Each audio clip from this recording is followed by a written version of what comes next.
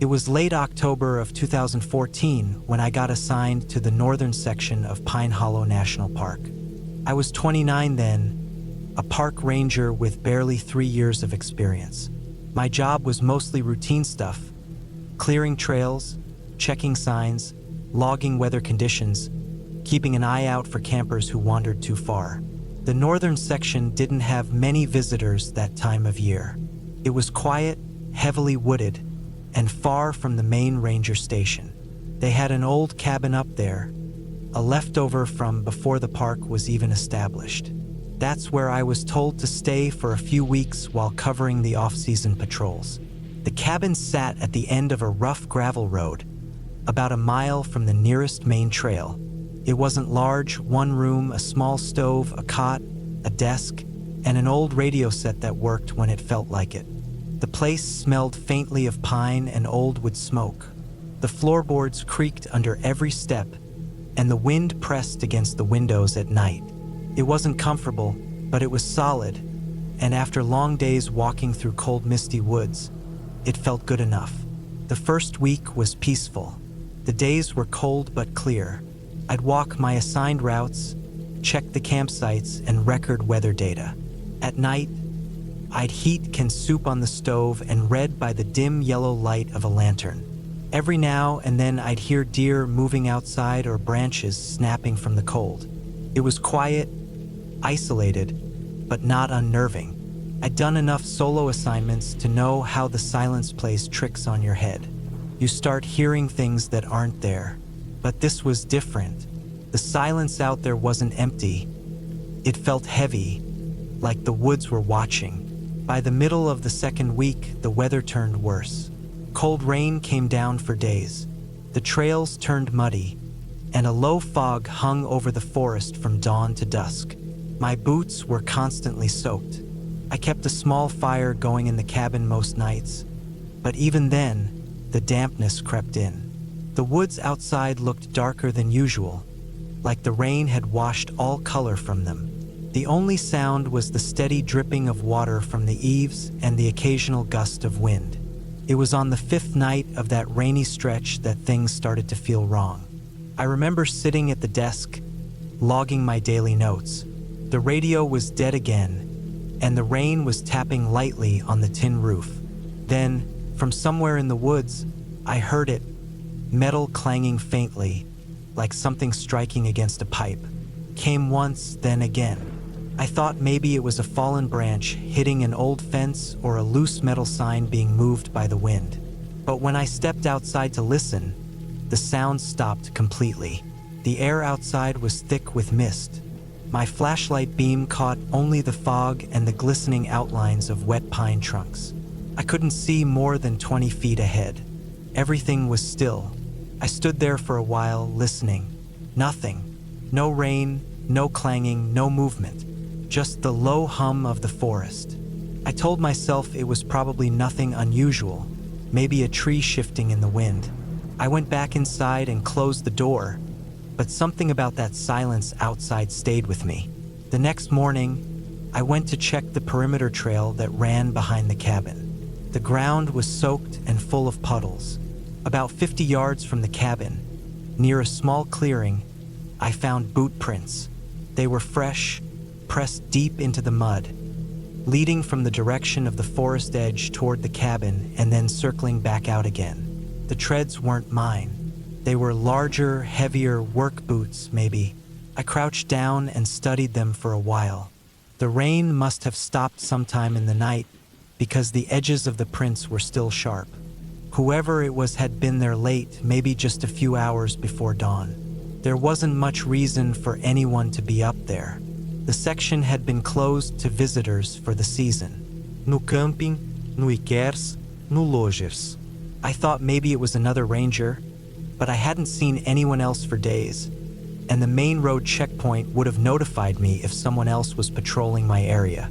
I followed the tracks a little further, but they vanished near a creek bed where the mud turned to rocky soil. That night, I kept the lantern burning longer than usual. The wind had died down, and the forest outside felt unnaturally still again. I left the rifle leaned against the wall beside the cot.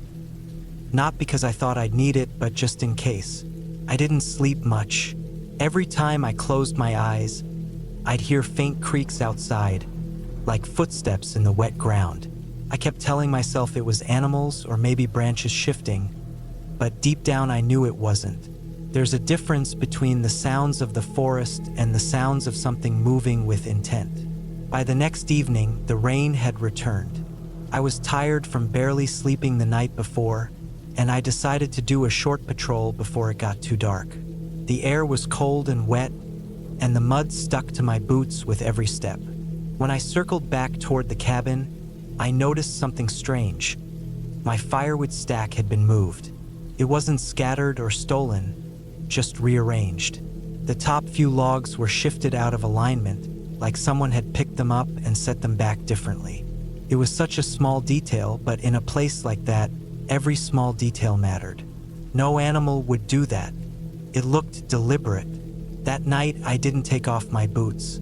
I sat on the cot, listening to the rain and the occasional distant crack of thunder. Around midnight, I heard it again, the metallic clanging. This time it was closer. My heart started pounding. I turned off the lantern to let my eyes adjust. The cabin went dark, except for the faint light from the stove. I waited, listening. The sound came again, one sharp, metallic hit, then silence. I couldn't tell which direction it came from.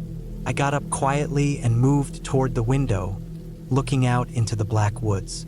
Nothing, just rain and darkness. Minutes passed. Then I heard soft footsteps outside the cabin. Slow, deliberate, moving along the side of the wall. The boards creaked faintly under the weight. I froze where I stood. The steps stopped near the back door. Then nothing. I didn't breathe for a full minute. The only sound was the rain on the roof.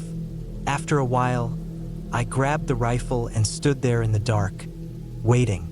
I don't know how long I waited, maybe half an hour, before the sound faded completely.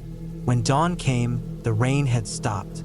I stepped outside carefully, scanning the ground. The mud around the back door was full of footprints again. Same tread, same heavy boot marks as before. They led to the door and then back toward the tree line. My stomach felt like it dropped. Whoever it was had come right up to the cabin during the night, probably while I was standing just a few feet away on the other side of the wall. I reported the incident through the park network once the radio caught a signal, but the response was delayed. It was the off-season, and most of the staff were stationed miles away. They told me someone would check in within 2 days. 2 days felt like forever. That evening, I found something else. On the edge of the clearing behind the cabin, half buried in the mud, was a rusted metal pipe about a foot long. It was probably what had made the clanging sound I kept hearing. It didn't look like it had fallen naturally. It looked like it had been thrown or dropped. That realization made my hands shake a little. Someone had been out there, tossing metal around in the dark. I didn't sleep that night either. I kept the rifle in my hands and waited for morning. When the sun finally rose, I packed up what I could and hiked down the old gravel road. It took me nearly 3 hours to reach the ranger station. My boots were heavy with mud, my eyes burning from lack of sleep. When I got there, I filed the full report, handed in my notes, and didn't say much else. They sent a couple of rangers back up later that day to check the site. They found more footprints in the mud, the same boot prints, leading deeper into the forest but never back out. A few weeks later, the snow came early that year and covered everything. The cabin was sealed off for winter. They never found out who had been out there. Could have been a poacher, could have been some drifter living in the woods, maybe even someone who knew about the cabin and liked to mess with whoever stayed there. I don't know, but every time I think back to those nights, the sound of metal in the fog, the rearranged firewood, the steps just outside the wall, I remember how real it all felt. No stories, no ghosts, no tricks of the mind. Just someone out there, in the rain and the dark, watching that lonely cabin. And that's the part that still keeps me awake sometimes.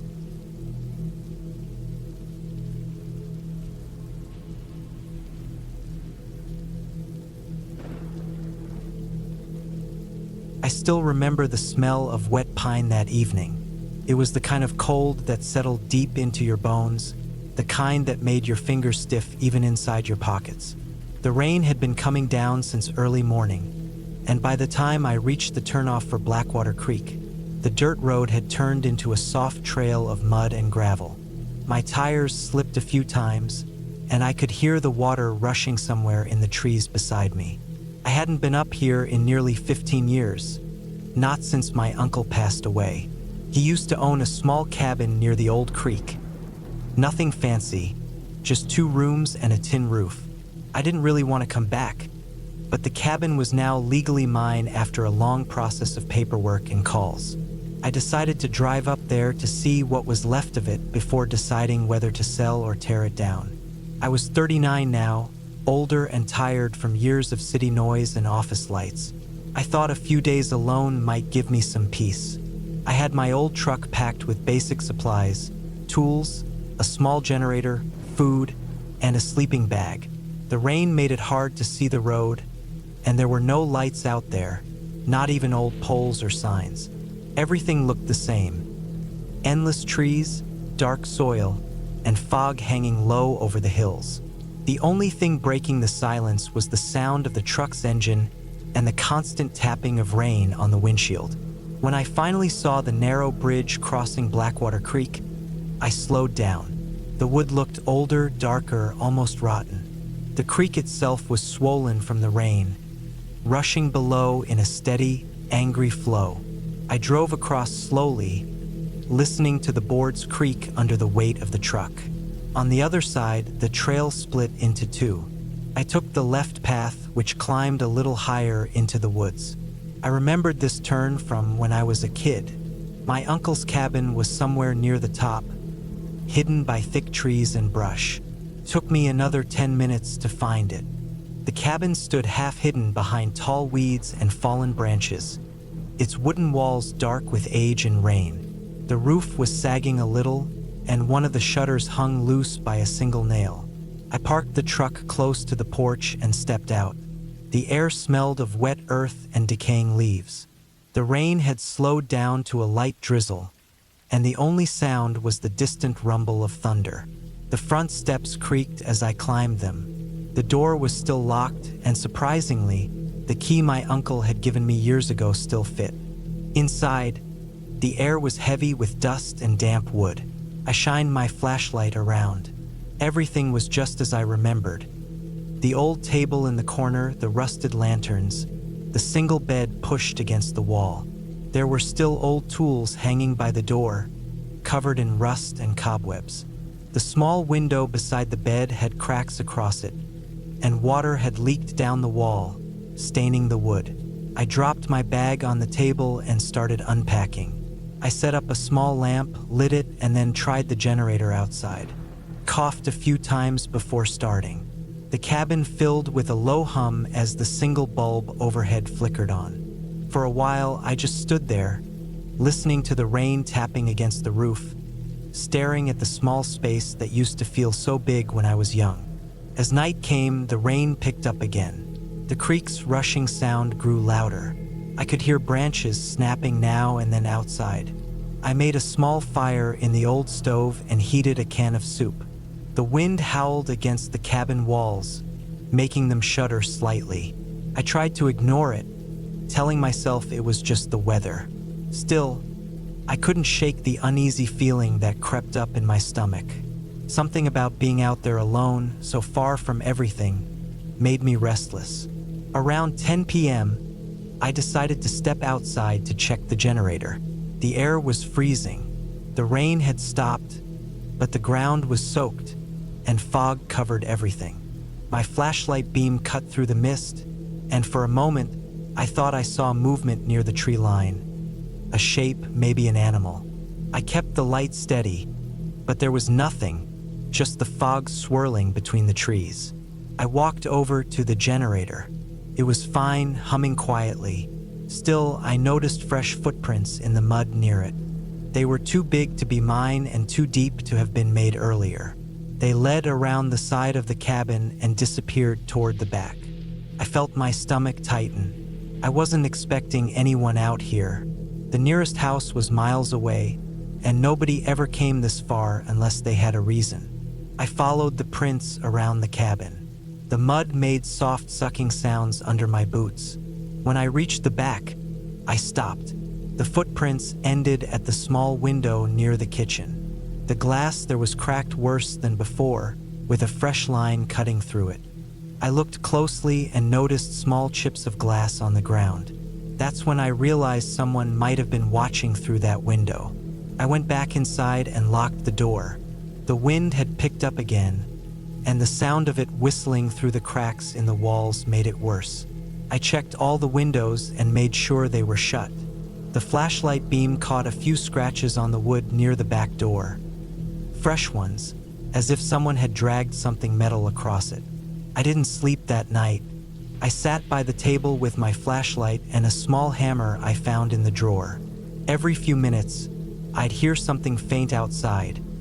A branch breaking, leaves rustling, sometimes even what sounded like footsteps moving slow through the wet ground. Around 3 in the morning, I heard a heavy thud near the porch, followed by the sound of boots stepping on the wooden boards. My chest felt tight.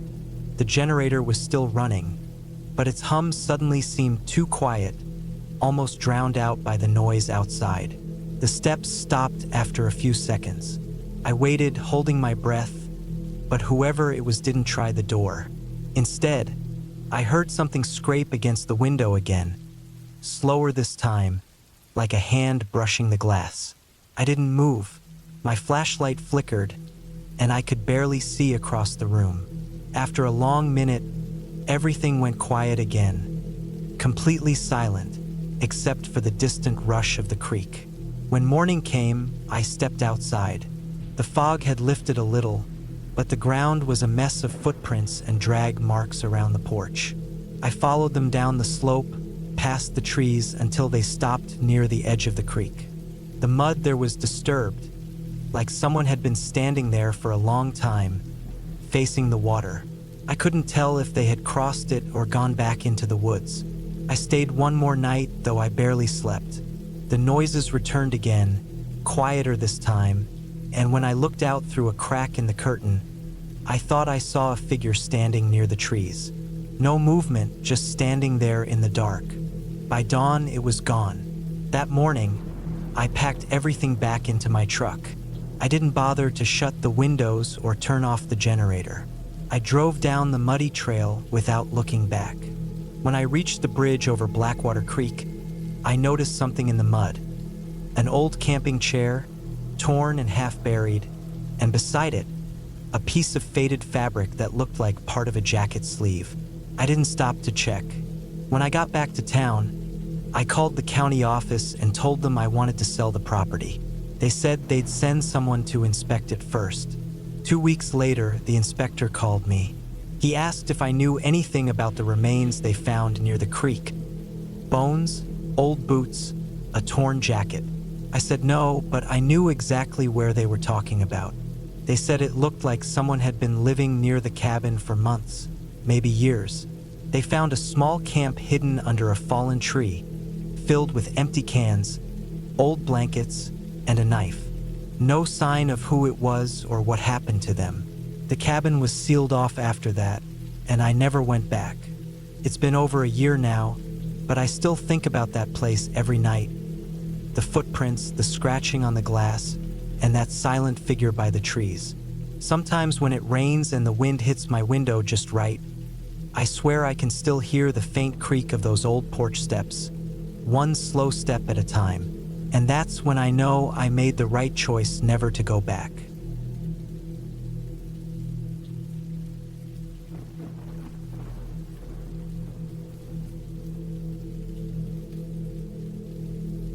It had been nearly 7 years since I last drove that road. The old forest highway curved and twisted through miles of pine and oak, the kind of road where your phone signal died halfway through and the air felt heavier with every turn.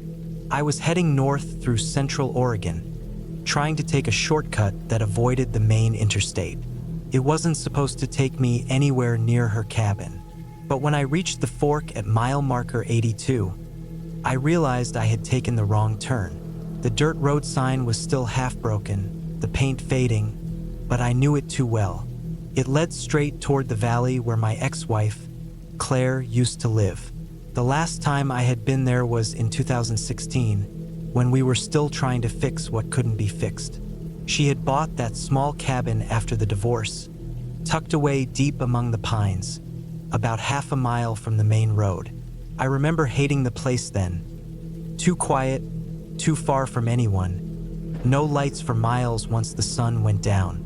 It had always felt like a retreat for someone trying to hide from something. I told myself I wouldn't stop. I'd just drive past it and keep going. But as I rolled down the gravel path, something in me slowed the truck. Maybe it was curiosity, maybe it was guilt. The air outside was dry, the kind that crackled through your nose. It was early November, around 5 in the afternoon, the kind of daylight that starts to fade faster than you expect. The trees closed in tighter the farther I went. Pine needles blanketed the ground like a dull carpet. Every few seconds, I felt the truck's tires pop over small rocks, the sound echoing through the forest. I remembered the exact spot where the road curved left and the cabin came into view. When it appeared through the branches, I stopped breathing for a moment. The cabin looked smaller than I remembered. The wood had darkened from rain and years of weather, and the roof sagged slightly near one side. The porch railing had half collapsed, and weeds grew through the steps. It looked abandoned, maybe for years. I parked near the tree line and turned off the engine. Everything went quiet. No wind, no birds, just that heavy, still kind of silence that makes you hear your own pulse. I stepped out. The air was colder than I expected. My breath fogged as I walked toward the porch. The boards creaked under my boots. I glanced at the door. It was closed, but one of the hinges hung loose. There was no padlock. I don't know why, but I turned the handle. It opened without resistance. Inside, the air was stale. The first thing I noticed was the smell.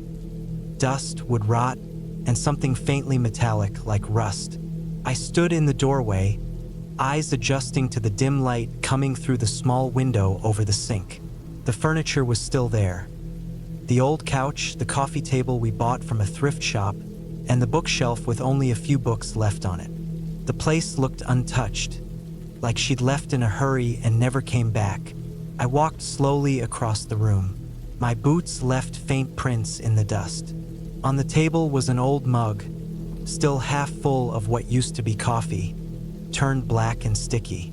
A blanket was crumpled on the couch, and an empty wine bottle sat near the floor.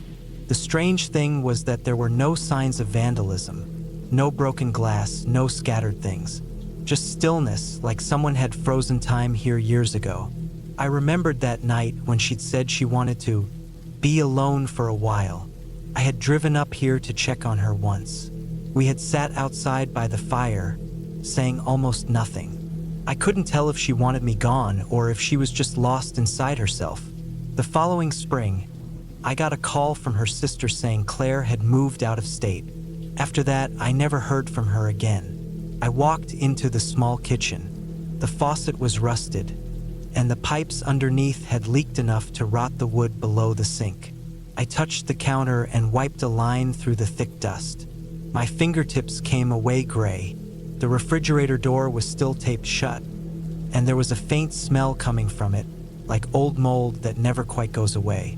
In the corner of the room, near the back wall, something caught my eye. There was a small wooden box sitting under a chair. I knelt down and opened it. Inside were a few things, old letters, receipts, a worn-out Polaroid of us from years ago. I hadn't seen that photo since before the divorce. We were sitting by the lake, both smiling. My throat felt tight, but I kept looking through the box. Beneath the papers was a small notebook. The notebook was filled with her handwriting. Dates, notes, lists of things, groceries, reminders, even sketches of birds she must have seen near the property. But the last few pages were different. The handwriting grew more uneven, rushed. She had written about hearing noises outside at night. Footsteps, things being moved on the porch. Once, she mentioned finding her door unlocked in the morning when she swore she'd locked it before bed. I felt a chill run up my back reading that. She had written about calling the sheriff, but there was no mention of anyone ever coming. I closed the notebook and sat there for a while. The cabin creaked every few seconds, the wood shifting in the cold. I could feel the air growing darker outside as the light faded. I stood up and walked toward the window. Through the glass, I could see the driveway and the trees beyond it, but something about the shadows didn't look right. It felt like the forest had grown thicker, heavier, as if the trees were crowding closer. I decided to leave. I put the notebook back, closed the box, and walked to the door. But as I stepped outside, I noticed something odd near the tree line on the left side of the yard. There were tire tracks, fresh ones. They cut deep into the soil, still damp like someone had driven through not long ago. My heart started beating faster. I turned back toward my truck. The air was darker now, that last thin slice of daylight disappearing between the trees. The woods had gone completely silent again. I got in the truck and shut the door, locking it. I sat there for a few seconds, listening. Then I started the engine. As I backed up to turn around, my headlights swept across the side of the cabin.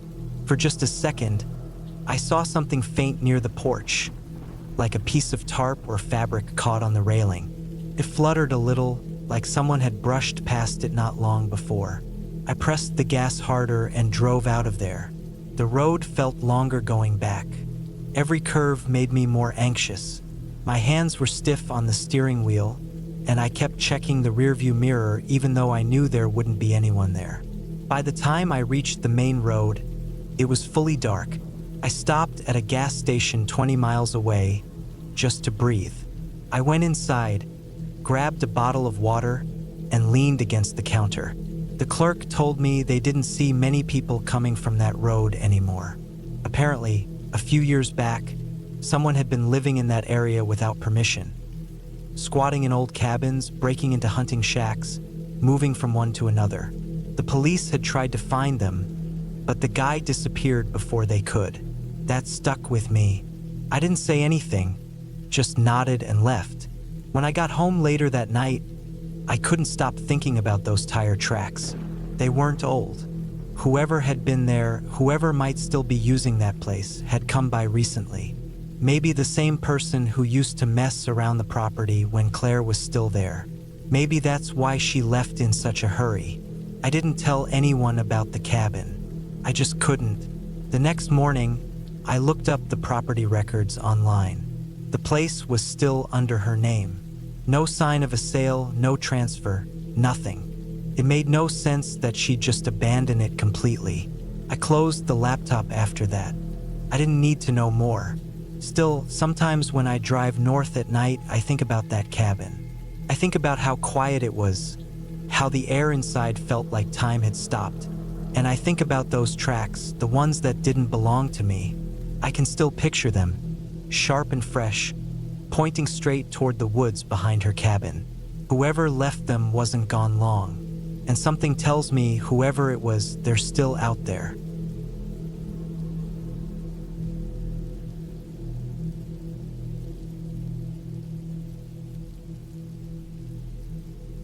It was late October of 2013 when I decided to take a short break from the city and spend a weekend alone somewhere quiet. I'd been working long hours as a mechanic in Sheffield, and my head felt constantly heavy, like my thoughts were jammed together with no space to breathe. A friend from work mentioned an old rental cabin just outside a small village called Millthorpe, about an hour away. It sat on the edge of a neglected graveyard that had been there since the 1800s, back when the village was smaller. He said it was peaceful and rarely visited. That sounded perfect to me. Peaceful, empty, and far away from everyone. When I arrived that Friday afternoon, the road leading up to the cabin was narrow and uneven, bordered by tall weeds and broken stone walls. The air felt heavy, not cold but damp, like it carried the smell of old earth.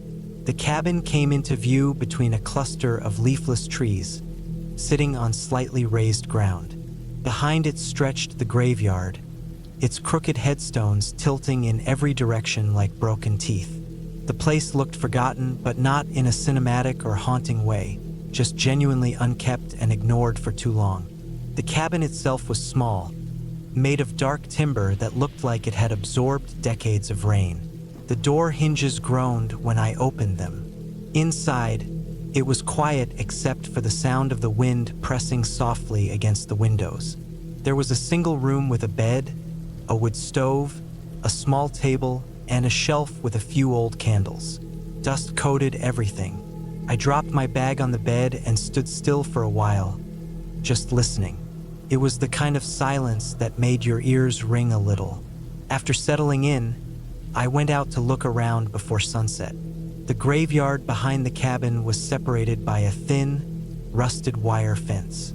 Some of the graves were so old that the names had faded completely from the stones. There were a few that looked newer, though fresh enough that the carved letters were still sharp. I didn't go too close to them, just walked along the edge. The ground was soft and uneven, and my boots sank slightly into the damp soil with each step. I remember feeling a strange sense of being watched, not in a dramatic way, but like when you realize someone might be quietly standing behind you. When I turned, there was nothing there, just the cabin and the stretch of empty land behind it. That night, I lit one of the candles and read an old paperback I'd brought. The air inside was cool, and every time I breathed out, I could see a thin mist in the candlelight. Around midnight, I decided to sleep. I lay down, but the stillness of the place made it hard to relax. I kept hearing small, dull noises outside, like dirt shifting or twigs snapping. I told myself it was animals. The woods behind the graveyard were thick, and it was probably foxes or badgers moving around. Still, the sounds came too close to the cabin sometimes, soft but deliberate, like slow steps. When I finally fell asleep, I woke again sometime after 3 a.m. The candle had burned out completely, and the room was pitch dark. My eyes adjusted, and I noticed a faint glow coming from outside, through the small window near the bed. It wasn't bright, just a pale, bluish light, like from the moon. I turned my head and looked, expecting to see the sky clearing, but it wasn't the moon. It was a light coming from the ground, out in the graveyard. It flickered weakly, like someone walking with a lantern, but the movement didn't look quite right. It wasn't steady or smooth. It kept stopping and starting, then sinking low, as if someone were crouching. I froze, trying to convince myself it was someone from the village, maybe a caretaker checking something. But there hadn't been a sign of anyone when I arrived, and the graves looked untouched for years. I stayed still, my heart beating hard in my chest. After a minute or two, the light went out completely. I kept staring at the spot, waiting for it to appear again. Didn't. Eventually, I forced myself to lie back down, though I didn't sleep for the rest of the night. In the morning, I stepped outside with a strange feeling in my stomach. The air was thick with mist, and everything looked washed out. I walked toward the part of the graveyard where I'd seen the light. The ground there looked disturbed, not freshly dug, but uneven, like something had been shifted slightly. A few small patches of earth looked loose. There were no footprints, but the soil seemed darker and softer. It bothered me, though I didn't know why. The rest of the day, I tried to distract myself by hiking the nearby trails. The woods were silent except for crows and the occasional rustling of leaves. When I returned to the cabin in the evening, I noticed something small and strange on the porch. Mud smeared across the wooden boards, in a pattern that looked like someone had dragged their hand across it. It was streaked, not like an animal print, but like fingers had left it. The soil was damp, same dark color as the graveyard dirt. I stared at it for a long time, then cleaned it off with an old rag. I told myself it could have been me tracking mud the night before, though I hadn't gone near the porch afterward. That night, I didn't light the candle. I didn't want to draw attention to the cabin, stupid as that sounds.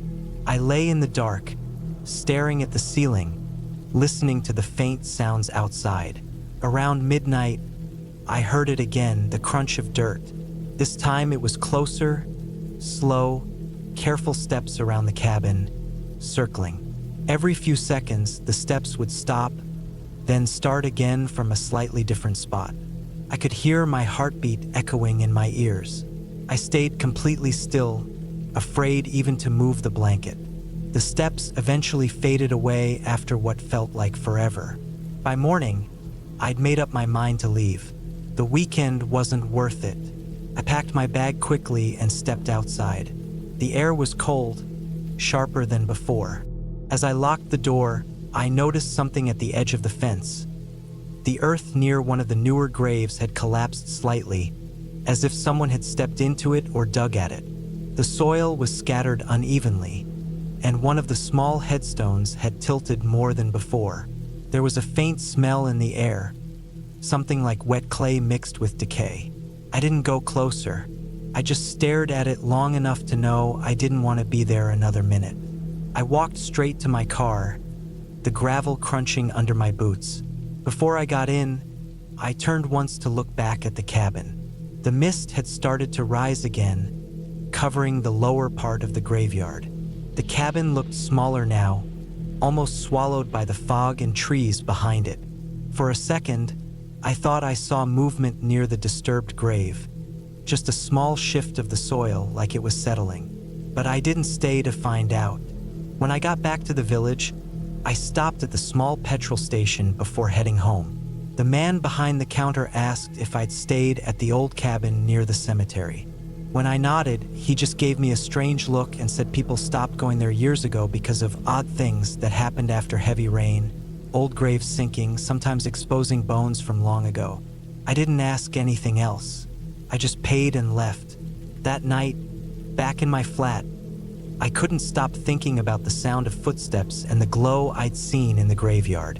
I kept telling myself it must have been ground gases, or maybe a local checking something, or even some kid exploring. But the mud on the porch and the disturbed soil kept replaying in my head. A few weeks later, I saw a small piece of news online. It mentioned that the old graveyard near Millthorpe had been sealed off after recent rainfall caused several graves to collapse, revealing remains that had never been properly buried. The article said something about erosion and improper maintenance. It was written like it was no big deal, just another case of old ground giving way. Still, every time I read that line about remains unearthed, I felt that same cold weight in my chest. I knew exactly where those graves had been, right behind that cabin, just a few steps from where I'd been sleeping. And when I remembered the uneven ground and those faint footsteps circling in the dark, I realized that whatever I'd heard wasn't in my head. It wasn't something imagined. It was real, just not supernatural, just the quiet, grim truth of how the earth moves and what it sometimes gives back. I never went back to that area again. I sold my camping gear the next week and stopped going anywhere near old graveyards or cabins in the woods. Some places, I've learned, are better left to time, to sink slowly, quietly, and without being disturbed again.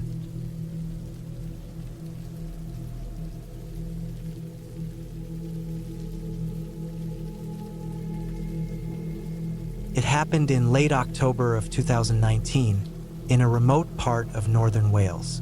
I was 32 at the time, and I had been renting a small wooden cabin near the edge of a forest just outside of Bettws. I'd been there for nearly a week already, working remotely, trying to get away from the city noise and clear my head. The cabin was small but comfortable, just one bedroom, a small kitchen, and a bathroom with a weak water heater. There was no Wi-Fi, and my phone signal only worked if I stood near the back porch. That isolation was what I had wanted at first. I told myself I needed quiet, that I needed to reset my mind. But looking back now, I don't think I understood what real isolation felt like until that night. The days were simple. I woke up early, made coffee, sat at the small wooden table with my laptop, and worked. During breaks, I'd go for short walks down the narrow dirt road that led into the forest. It was peaceful. Cold air, wet leaves, the smell of pine and soil everywhere. The only sounds were the distant rushing of a stream and sometimes the faint hum of wind through the trees. There were no other cabins nearby, not within eyesight at least. The closest village was about 15 minutes away by car. By the 5th day, I'd settled into a routine. I had started to get used to the quiet, but that evening something felt slightly off. The air felt heavier than usual, and there was a kind of silence that didn't feel peaceful anymore. It felt like something was holding its breath. I noticed it around dusk, when I was sitting on the porch with a cup of coffee. The forest looked darker than usual, almost like the trees were closing in. I shrugged it off, telling myself I was just overthinking because I'd been alone too long. When the sun went down completely, I went inside, made myself a quick dinner, and turned on one of the 2 dim lamps in the cabin. The power ran off a small generator behind the cabin, which hummed quietly through the walls. I read a bit, scrolled through my phone to check for any messages, then decided to call it a night early. Around 10:30, I locked the doors, turned off the lights, and lay down. The bed was right next to the single window in the room, which looked out toward the forest. I must have drifted off for about an hour before something woke me up. It wasn't a loud noise, just a faint crunching sound, like someone walking slowly over the layer of dead leaves outside. My first thought was that it might be an animal. Foxes and deer were common in that area, but the sound was too steady, too deliberate. It wasn't the erratic movement of an animal, it was a slow, even pace. Step, pause, step, pause. I turned on the lamp and sat up. My heart was already starting to race. The sound stopped right after the light came on. I stayed still, listening. Nothing, just the faint buzz of the generator outside. After a few minutes, I turned the light off again and tried to convince myself it had been my imagination. I lay back down, but it took me a long time to fall asleep again. The next morning, when I stepped outside, I noticed something that made my stomach tighten. There were footprints in the mud just past the porch steps. They weren't animal tracks, they were clearly from boots. The pattern was deep and crisp, leading from the dirt road up to the side of the cabin, stopping right below the bedroom window. There were no prints leading away. I walked around the cabin slowly, checking the ground. On the opposite side, near the back where the generator sat, I found more prints. They circled halfway around the cabin before disappearing into the trees. It looked like whoever it was had been moving around the cabin in the dark. The thought of someone standing outside my window while I was asleep made my skin crawl. I told myself it was probably some local hiker who got lost. Still, I couldn't shake the feeling that it wasn't that simple. I spent the rest of the day on edge, jumping at every sound. I kept the windows locked and didn't go for my usual walk. That night, I made sure the generator was full, locked the door again, and pulled the curtains closed tight. I lay in bed with my flashlight next to me, my heart already uneasy before anything even happened. Around midnight, I heard it again. The same sound, slow, heavy footsteps moving outside. This time it was closer, right by the wall behind my bed. I froze completely. I didn't move or breathe too loudly. The sound stopped, then started again, moving toward the window. I could hear the faintest scrape, like something brushing against the wooden siding. My pulse was hammering. I didn't want to look, but I couldn't just lie there either. I reached for the flashlight, turned it on, and pointed it at the window. Through the small gap in the curtain, I caught a glimpse of something that made my whole body lock up. A faint shape just outside the glass. A head, slightly bent, facing the window. I couldn't make out a face, only a dark outline. Then it moved out of view. I stayed awake until dawn, too afraid to move. When it finally got light, I went outside again. The footprints were back. This time there were more of them, circling the cabin completely. Whoever it was had stayed there for a while, walking around and stopping in several spots. I checked near the window again, and that's when I noticed something else. Muddy smudges on the glass, about the height of a face. That was enough for me. I decided I wasn't spending another night there. I packed my things as fast as I could, threw them in the car, and started driving toward town. About a mile down the dirt road, I saw a small clearing where an old, rusted car was half buried under weeds. It looked abandoned, but something about it caught my eye. It was parked facing the direction of the cabin, like someone had been watching the road. When I got to the village, I went straight to the small shop where I'd met the owner of the cabin on my first day. I told him what had happened, keeping my voice as calm as I could. He looked surprised but not exactly shocked. He told me quietly that a few years ago, there had been reports of a man wandering around that area. A former farmer, apparently, who'd lost his land and refused to leave the woods. People said he'd sometimes break into cabins looking for food or tools. The police had searched for him several times but never found him. I didn't know what to think. Maybe it really was that man. Maybe he'd been living somewhere in the woods all this time, watching anyone who stayed there. Either way, I didn't go back to the cabin to find out. I left my things there and drove all the way back to Manchester that same day. I never asked for the deposit back. I didn't even want to see that place again. Weeks later, out of curiosity, I looked up that cabin online. The listing was gone. I emailed the owner once to ask if he still rented it out, but he never replied. I don't know if he sold it or if something else happened there afterward. All I know is that for months after I left, I couldn't sleep near windows. Every time I heard the wind at night or the sound of gravel crunching under tires, my heart would start racing like it did that night. The scariest part of the whole thing isn't even the thought of that man standing outside. It's knowing how long he might have been there before I noticed. Maybe he'd been watching me since the first day. Maybe he'd come closer every night, testing how quietly he could move.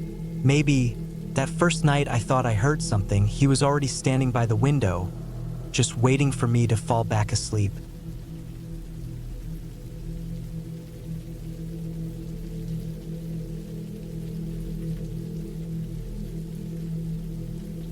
It was early October of 2018 when I decided to spend a few weeks alone at my uncle's old farm cabin in western Kansas. He had passed away a few years back, and the property had just been sitting there empty and slowly falling apart. I wanted to get away from everything for a while, the noise, the people, the stress of work.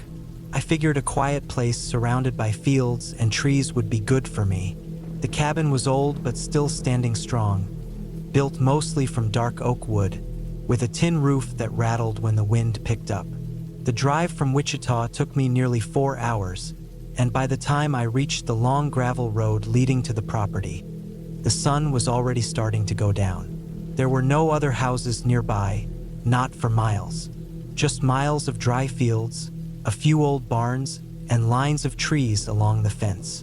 When I parked my truck near the porch, I noticed how still everything felt. Not quiet, still. Even the air seemed heavy. The cabin sat on a small slope overlooking a wide, flat field where the crops had long since died off. There was an old red barn about 100 yards away, half collapsed on one side. I walked around a bit before unloading my things. The door hinges creaked loud when I pushed them open, and inside it smelled like dust and wood. There wasn't much furniture, just a small table, a wooden chair, a single bed with a thin mattress, and a cast iron stove in the corner. Everything looked exactly how I remembered it from when I was a kid, except older, more worn out. I set my stuff down, swept the floor a little, and got the place ready before night came in. The first night was quiet. The only sounds were the wind outside and a few insects. I lit an oil lamp since the power hadn't worked for years. I ate a can of beans, wrote a few notes in a small journal I brought, and went to sleep. The bed creaked under my weight, and I could hear the wood of the cabin settle as it cooled. Sometime late at night, I woke up to a faint sound, something soft, like footsteps in the field.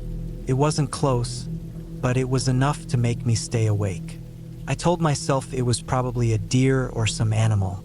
The next morning, I walked around the property. The barn looked worse up close. Part of the roof had caved in, and the inside smelled like old hay and rust. Tools were scattered everywhere. Shovels, a broken wheelbarrow, and a few old fuel cans. Behind the barn, there was a line of tall weeds that led down to a dried-up creek bed. The ground back there had strange patches, almost like it had been dug up at some point and refilled. I didn't think much of it at the time, but I took note of where it was. By the second night, I was starting to notice little things. A wooden board on the porch that sounded like someone stepped on it, but when I checked, there was nothing. A faint smell of something burnt coming from the barn when there hadn't been any fire. I brushed it off again, thinking maybe I was just on edge from being alone. On the third night, I couldn't sleep. The wind had picked up, whistling through the cracks in the walls. I lay there listening to it when I heard something else. A faint scraping sound. It was coming from outside, near the back of the cabin. It was steady, slow, almost like someone was dragging something heavy through dirt. I stayed still, trying to focus. It went on for a few minutes, then stopped. I wanted to believe it was an animal again, maybe a raccoon or coyote, but the sound had a rhythm to it, deliberate. The next morning, I found fresh marks in the dirt near the back wall.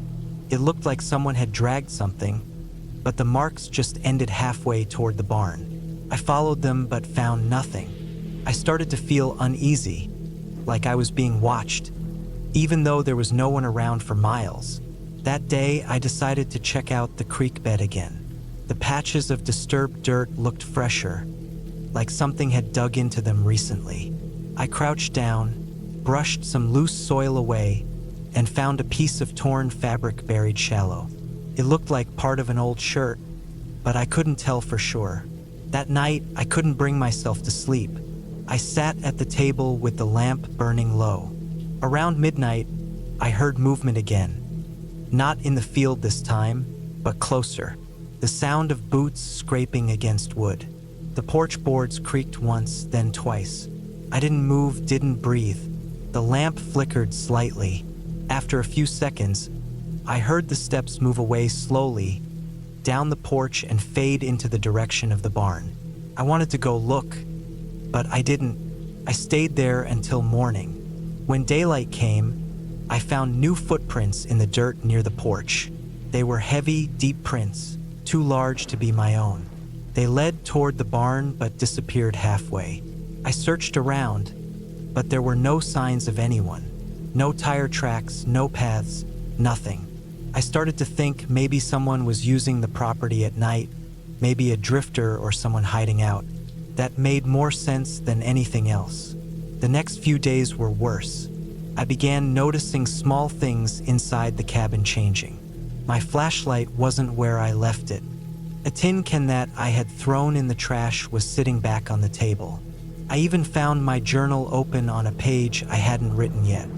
Each night, I would hear faint noises, footsteps, dragging, sometimes even a low grunt.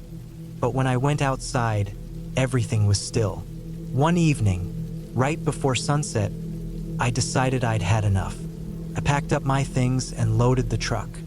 But as I was closing the door to the cabin, I noticed something nailed into the wood above the doorway. A small metal tag, rusted and barely readable. I scraped off the dirt and realized it was a livestock tag, the kind used for tracking cattle. It had a number scratched into it, 0217. That number felt strange because I remembered my uncle mentioning something about it years ago. Something about one of his farmhands disappearing back in the late 90s. The sheriff had searched the property, but they never found anything. I hadn't thought about that story in years. I didn't sleep that night. I stayed in the truck, watching the barn through the windshield. Around 2 a.m., I saw a dim light inside the barn flicker. Not bright, but enough to see a faint glow between the boards. I grabbed the flashlight and stepped out. The wind was strong, carrying dust across the field. My heart was pounding, but I kept walking toward the barn. When I reached it, the door was slightly open. The smell hit me first, something rotten, mixed with soil and metal. I pushed the door enough to look inside. The faint light came from an old lantern sitting on the ground. Beside it, half buried in dirt, was a pile of clothes, bones, and a few small metal tags just like the one on the cabin door. I could see the same number scratched into each one, 0217. Some bones still had bits of dried fabric attached. They'd been there for years, maybe decades. That's when I realized what I'd been hearing at night. Not ghosts or anything supernatural, but something far worse. Someone had been using this place long after my uncle died, maybe even before that. Someone had been digging, moving things, coming back at night to check their hiding spots. Maybe they'd seen me arrive and started moving what they'd buried. I left everything there, got in my truck, and drove straight to the nearest town. I didn't stop until I reached a gas station with lights and people. I called the sheriff, told them everything. They went out there later that morning. 2 days after, I got a call saying they found several sets of remains near the barn and the creek bed. They also found an old tool shed a few miles away with old farming tools covered in dried blood. Whoever had done it was never caught. Not even a trace. I haven't gone back to that cabin since. The place still sits there, empty and silent, just like before. But sometimes, late at night, I still think about those footsteps, that slow dragging sound in the dirt, and wonder if whoever had been out there was watching me the whole time, waiting for me to leave before they came back to finish whatever they'd started years ago.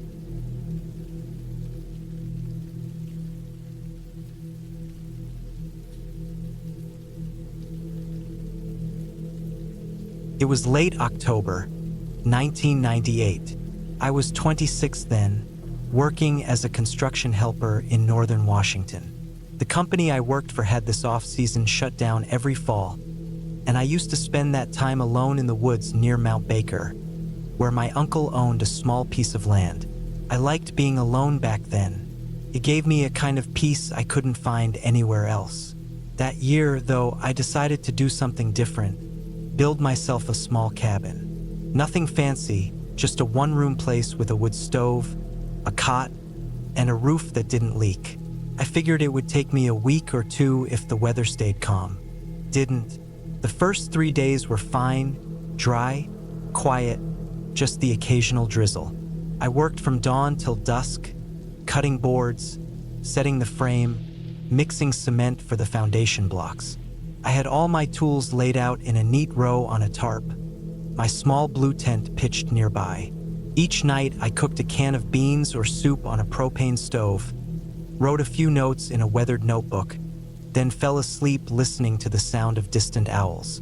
It felt calm, grounded, almost satisfying. Then, on the 4th day, the rain started. It wasn't heavy at first, just the kind that taps lightly on your jacket and makes the ground smell of wet pine. I didn't think much of it, but by the second night, it turned into a downpour that didn't stop for hours. The ground softened, the small creek near my site swelled up, and every sound in the woods grew sharper. Raindrops hitting leaves, branches cracking in the distance, mud squishing under my boots. It all felt louder. My tent started leaking around midnight. I remember sitting inside, the floor wet, my sleeping bag damp, and I just stared at the half-built cabin about 15 feet away. The frame stood dark and rigid against the gray light from my lantern. I kept thinking how much better it would feel to just get the roof on, move inside, and leave that flimsy tent behind. By morning, I'd made up my mind. I'd work through the rain no matter how cold or wet it got. That entire day, I carried soaked lumber, hammered nails with numb fingers, and kept wiping rain off my face. My gloves were useless, everything was slippery. My breath came out in foggy bursts, and my jeans stuck to my legs. Around afternoon, I realized I hadn't eaten since early morning, but I didn't stop. I just wanted that roof done. I kept telling myself that once I had 4 walls and a top, I could dry out, light a fire, and finally rest. As the evening came, the rain only got worse. Thick sheets of it poured down, almost sideways, driven by the wind that cut through my jacket. My back hurt from bending over beams, and my hands were starting to shake from exhaustion. Still, I managed to get the main roof boards nailed down by dusk. I covered them with a layer of plastic sheeting I had brought just in case. It wasn't perfect, but it was enough to keep out most of the water. That night, I dragged all my things inside the unfinished cabin: tools, food, sleeping bag, lantern. The floor was just dirt, but it was dry compared to outside. I set up in one corner using a stack of lumber as a makeshift seat. The rain hitting the plastic roof made a deep, uneven drumming sound, and the wind made the walls creak. I was soaked, cold, but weirdly proud of the small shelter I'd built. As I sat there eating cold beans straight from the can, I realized how isolated it felt. No sound of cars, no distant chatter, just the endless rain and the occasional snap of a branch outside. Every now and then I thought I heard something faint, like footsteps sloshing through the mud, but I told myself it was just runoff water or maybe deer moving through the woods. I didn't want to think about anything else. I tried to sleep, but the sound of the rain and wind made it impossible. Around midnight, I got up, wrapped a blanket around myself, and checked the corners of the cabin. A small puddle had started forming near the back wall where the plastic sheet didn't fully cover the roof. I grabbed my hammer, nails, and climbed up on the crate to tack it tighter. The whole cabin shook slightly each time the wind blew hard, and I could feel the cold air rushing in through the cracks between the boards. My breath made little clouds in front of my face. When I finished, I sat back down on the floor, my flashlight beam flicking across the unfinished walls.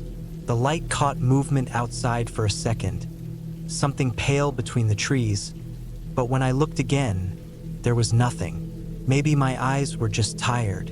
The rain was distorting everything. I finally managed to doze off for a short while, though it wasn't real sleep, more like drifting in and out of half-consciousness. At one point, I woke up to a loud crash outside.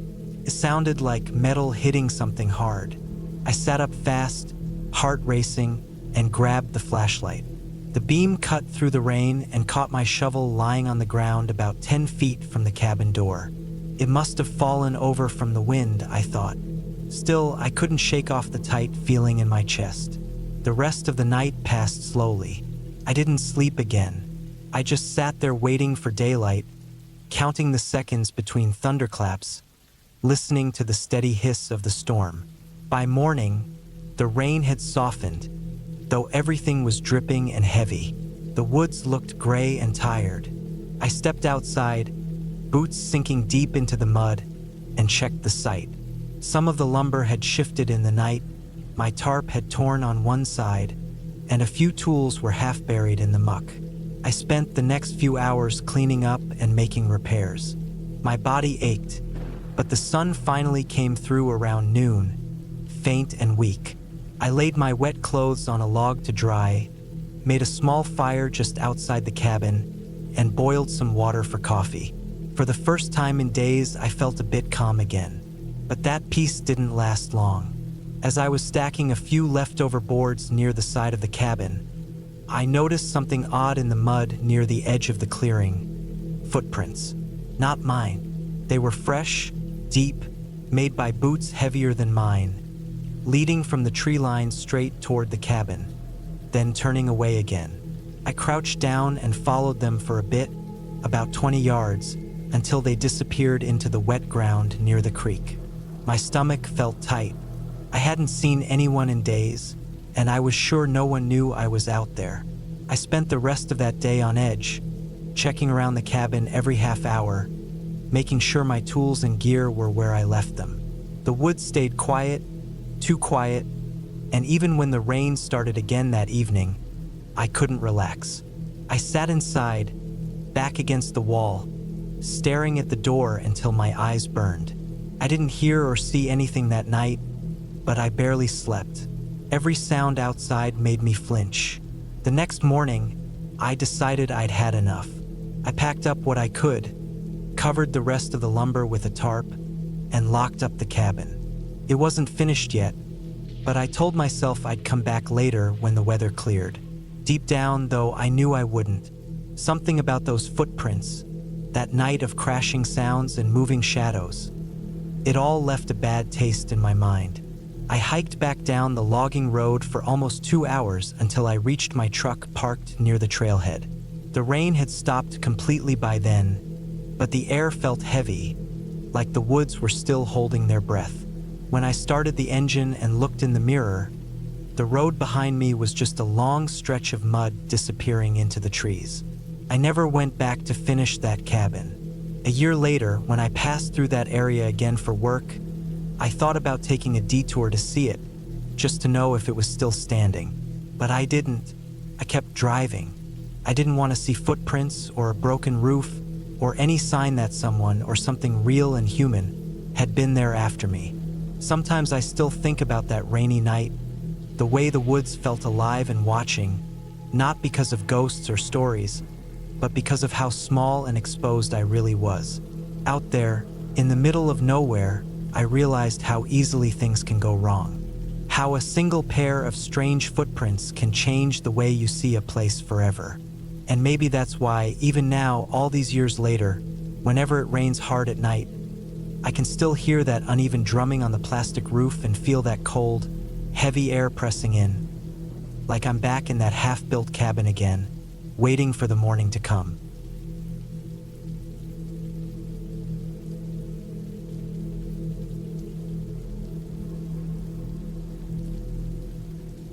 It was late October 1996 when I drove up to my grandfather's cabin for the first time in almost 15 years. The place sat deep in the woods near a small, forgotten town in northern Montana, a rough stretch of land where cell service barely worked, and the dirt roads turned into thick mud every time it rained. I had taken a few days off work to clear my head after a rough few months. My plan was simple: stay at the cabin, clean it up, maybe do some hunting, and spend the nights by the fireplace with my dog, Max. My grandfather had passed away years ago, but his old cabin still stood, untouched since the day he left it behind. The drive was long, nearly 8 hours from where I lived. The last 2 hours were nothing but twisting forest roads and the hum of gravel under the tires. The closer I got, the quieter everything seemed to become. Even the wind felt still, like the whole forest was holding its breath. When I finally saw the cabin, half hidden behind tall pines and yellowed brush, it looked smaller than I remembered. The wood siding was dark from years of rain, the roof sagging a little on one side. The porch steps creaked when I got out and walked up, Max sniffing around, tail wagging. Inside, the air smelled of old wood, dust, and a faint hint of something like damp earth. I opened a few windows to let in some air, but the smell never really went away. The furniture was still in the same place. An old sofa, a wooden table, my grandfather's tools hanging neatly on the wall. I felt a strange comfort in seeing it all exactly as he'd left it. I unpacked my bag, started a small fire, and made some coffee. It was quiet, too quiet maybe, but that's what I came for. The first night passed without much happening. The wind picked up a little, and I could hear the trees groaning outside, but I slept fine. The next morning, I took Max for a walk around the property. The woods were thick behind the cabin, full of fallen branches, wet leaves, and the sound of small animals moving through the brush. A little farther down the hill, I found an old shed I'd forgotten about. It was smaller than I remembered, half collapsed and covered in moss. The door was hanging off one hinge, and the smell coming from it hit me before I even stepped closer. It was sharp and sour, like something rotting. Max stopped near the entrance and started growling softly, his nose twitching. I thought maybe a raccoon or some animal had died in there, It wasn't unusual in these woods. I grabbed a stick and pushed the door open wider. Inside, it was dark and cold, and the air felt thick. Sunlight slipped through the cracks in the walls, lighting up the dust. I saw old tools, rusted cans, and a few rotted planks leaning against the far wall. Then, in the far corner, half covered by a torn tarp, I saw something that looked like a boot. At first, I didn't think much of it, but when I looked closer, the boot was still attached to what looked like a leg. My stomach dropped. I froze for a long moment before I forced myself to walk closer. The tarp was stiff, almost stuck to what was underneath. I pulled at it, and that's when I saw the rest. It was a body, a man or what was left of one. The skin was dried and dark, the clothes old and stiff with age. There wasn't much left of his face, but the bones were visible under the skin. I stumbled back and hit the wall, my heart pounding so hard I could hear it in my ears. The smell was unbearable, heavy and sweet, like spoiled meat. I backed out of the shed, trying not to throw up. I stood outside for a long time, staring at the doorway. Max barked once, low and uneasy. I looked at the cabin on the hill, and suddenly the whole place felt different. Every part of it, the quiet, the stillness, felt wrong. I didn't know what to do. The body looked like it had been there for years, maybe decades. I went back up to the cabin and sat on the porch steps, trying to think straight. The nearest police station was almost an hour away, and I didn't have phone service. I'd have to drive out to report it. But something kept me sitting there, staring at that shed. My grandfather had lived here alone most of his life. I remembered being a kid and asking him about the shed once. He told me to stay away from it. I never thought much of it back then. Now, that memory crawled back into my head and wouldn't leave. I finally went inside to grab my keys. I tried not to look out the windows toward the shed, but I couldn't help it. It sat there, quiet, surrounded by tall weeds and shadows. I drove into town, a tiny place called Carrick, barely more than a few stores and a diner. When I told the sheriff what I'd found, he looked at me for a moment before nodding slowly. He said they'd send someone up there that afternoon. When we returned to the cabin with 2 deputies, the light was already fading. They went into the shed while I waited near the truck with Max. I watched their flashlights move around inside, saw one of them come out and radio something. After a while, the sheriff came over and told me it was definitely a body, an old one. They couldn't tell much from what was left, but they'd need to take it back for identification. I stayed back watching them work. One of them brought out the tarp, folded it over the remains carefully. The whole time I kept thinking about my grandfather. He died in 1985, over 10 years earlier. He was a quiet man, tough, never talked much about his past. I'd always thought he just liked the isolation, the peace of the woods. But as I looked at that shed, I started wondering if there was more to it. They finished up just as it was getting dark. The sheriff told me to lock up the cabin and stay in town for the night, just in case. I did what he said. I stayed at a small motel near the diner, but I couldn't sleep. Every time I closed my eyes, I saw that shed, that leg sticking out from under the tarp. The next morning, I drove back up there. The deputies were gone, but their tire tracks were still in the dirt. The shed door was wide open now, and inside was just an empty space with the outline of where the body had been. I stood there for a while, the smell still faint in the air. A few days later, the sheriff called me. They'd identified the body. It was a man named Thomas Hale, reported missing in 1974. A local hunter who had lived not far from here. The last person known to have seen him alive was my grandfather. The two had apparently argued over land boundaries back then. There was never any proof of anything, just rumors that Hale had wandered off drunk and never come back. The sheriff said they couldn't say for sure what had happened. There wasn't enough evidence left after so many years, but they were reopening the case. After that call, I went back to the cabin one last time to pack my things. The air felt heavier now. Every corner of the place felt like it held something unspoken. I walked through each room, touching the old walls, the dusty furniture, the cracked window panes. Everything that had once felt like home now felt foreign. Before I left, I stood on the porch and looked down at the shed. The door swung gently in the wind, tapping against the frame. I thought about my grandfather, about all the times he sat on this same porch in silence, watching the woods like he was keeping something buried out there. I never came back after that. I sold the property a few months later. The new owners probably never knew what had been found there, and I didn't want to tell them. Even now, when I think about it, I don't picture the body. I picture my grandfather sitting there, the way he used to, staring into the trees like he was waiting for something. Maybe he wasn't just watching the woods. Maybe he was watching the past, the part of it he couldn't bury deep enough. The cabin still stands, from what I've heard. The shed too. But every time I think about it, I can still smell that sharp, heavy scent in the air and feel the quiet pressing down around me. Some places hold on to what happened there, even when everyone's gone.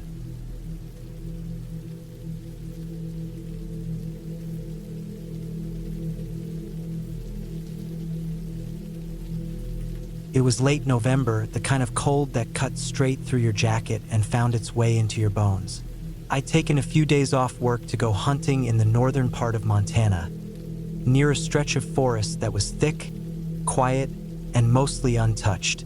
I'd been there once before with a friend a few years back, but this time I went alone.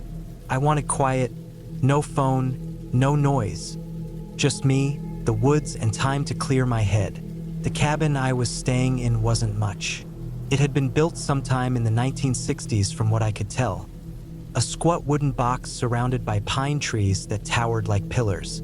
The paint had long peeled off, the porch sagged in the middle, and a metal chimney leaned slightly to one side. Inside, there was one small bed, a wood stove, a table, and 2 chairs. A single small window looked out toward the tree line. It wasn't cozy, but it was what I needed, quiet and isolation. The first day went as expected. I arrived before noon, parked my truck about 100 yards from the cabin since the dirt road was too narrow to drive all the way in. I unpacked, stacked some firewood, and got the stove going. The air inside filled with that dry warmth you only get from burning wood.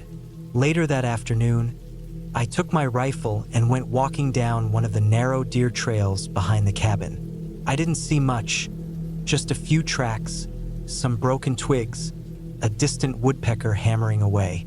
By sunset, I was back at the cabin cooking canned beans over the stove. The night was cold, but I slept fine. The forest was silent, except for the occasional creak of the wood as it expanded and settled. But the second night, that's when things started to feel off. That morning, I'd gone farther than before, maybe 4 or 5 miles out. The forest thickened the deeper I went. The snow underfoot was thin but crunchy, each step echoing in the stillness. I came across old signs of hunters, an empty shotgun shell here, a rusted tin can there, but no fresh signs of anyone. Around noon, I stumbled onto an open patch where I found a deer carcass, half-eaten, ribs exposed, skin stiff and pale. It wasn't fresh, maybe a few days old. What was strange was how it had been dragged. The marks around it didn't look like the usual predator signs. The ground had deep grooves, like something heavy had been pulled across it. I brushed it off as maybe a bear. By the time I got back to the cabin, the sun was already dropping behind the trees. The temperature fell fast, and I spent the next hour chopping wood and boiling water for some coffee. Everything was calm until sometime after dark, when I stepped outside to use the outhouse. The forest felt wrong. I'd been in woods all my life, hunting, camping, even working as a ranger for a few summers in my 20s, and you get used to the noises of nature. But that night, it was completely silent. No crickets, no owls, not even the wind. Just the sound of my boots crunching in the snow. When I came back in, I double-checked the door latch. It was one of those old metal latches that never closed right, so I shoved a chair under the knob just in case. I didn't know why, but I felt uneasy. Maybe it was just being alone. Maybe the cold. I went to bed, listening to the fire crackle until it went out. At some point during the night, I woke up. It must have been around 2 or 3 in the morning. The inside of the cabin was pitch black except for a faint glow of moonlight through the window. I couldn't hear anything at first, but then I noticed a dull scraping sound. It came from outside, slow, irregular, like something dragging along the frozen ground. I held still, listening. It stopped. Then it started again, closer this time. I got up, quietly, and reached for my flashlight and rifle. The window was fogged up, but I wiped it with my sleeve and looked out. The beam from my flashlight didn't reach far, just enough to see the edge of the trees and the snow-covered clearing around the cabin. Nothing moved. The sound stopped again. I waited, my breath visible in the cold air. Then a faint thud came from behind the cabin. I didn't go outside right away. I stood there for a long minute trying to make sense of it. Could have been a branch falling, maybe a deer brushing against the side, but that dragging noise didn't sound natural. Eventually, I forced myself to open the door and step onto the porch. The night was so quiet it made my heartbeat sound loud in my ears. My flashlight beam shook as I swept it across the clearing. There were tracks, fresh ones, large, deep footprints leading from the woods to the back of the cabin. I followed them slowly, rifle in hand. When I got around to the back, I froze. Something or someone had dragged what looked like a deer carcass right up against the back wall. Its neck was twisted unnaturally, and the body was stiff, half covered in frost. The way it was positioned made no sense. It was like it had been placed there, not dropped or eaten. I felt the hairs on my arms rise. My first thought was maybe another hunter playing a sick joke, but there hadn't been any vehicles or signs of people for miles. The nearest town was over 30 minutes away. I turned my flashlight back toward the tree line. That's when I saw movement. Something pale darting behind a tree, fast and low. I didn't see what it was, just a flicker of motion. I aimed the rifle, but I didn't fire. It was gone before I could even process what I'd seen. I backed into the cabin, locked the door, and sat there until daylight. I didn't sleep. The dragging sound didn't come back, but every small noise, the shifting wood, the crack of ice outside, made me grip the rifle tighter. When morning came, I went out again to look. The tracks were still there, clear in the snow. They weren't boots. They weren't animal prints either. They looked almost like barefoot impressions, wide and uneven, as if someone with bare feet had walked through the freezing forest dragging something heavy. The carcass was gone. All that was left were marks in the snow where it had been pulled away. That was enough for me. I packed up everything, loaded the truck, and got ready to leave. Before I drove off, I noticed something scratched into the side of the cabin door. 3 long marks, carved deep into the wood. I hadn't seen them before. They looked fresh, raw.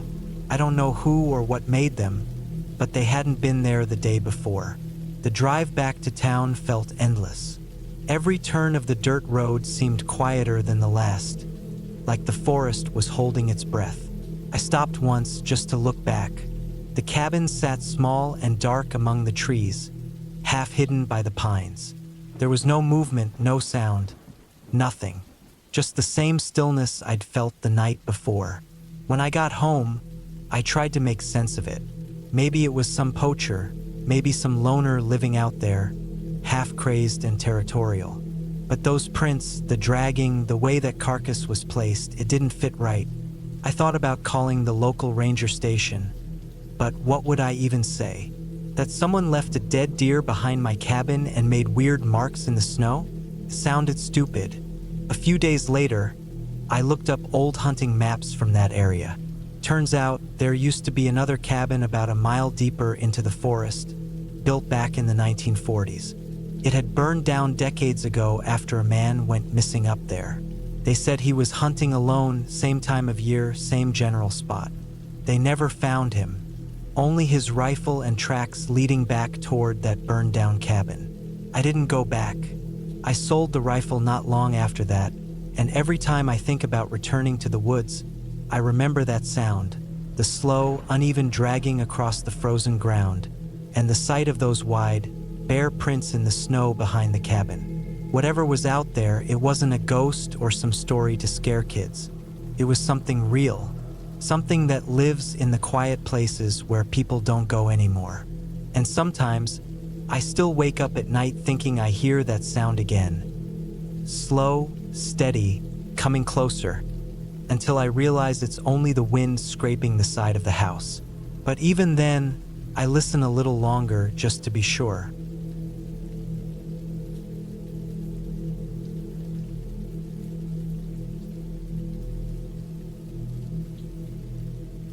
It was early autumn of 2017 when I decided to spend a few days alone at a small cabin near the foothills of northern Arizona, close to the Navajo reservation line. I had rented it from a local listing online, an old wooden place tucked at the end of a dirt road surrounded by thick pine woods.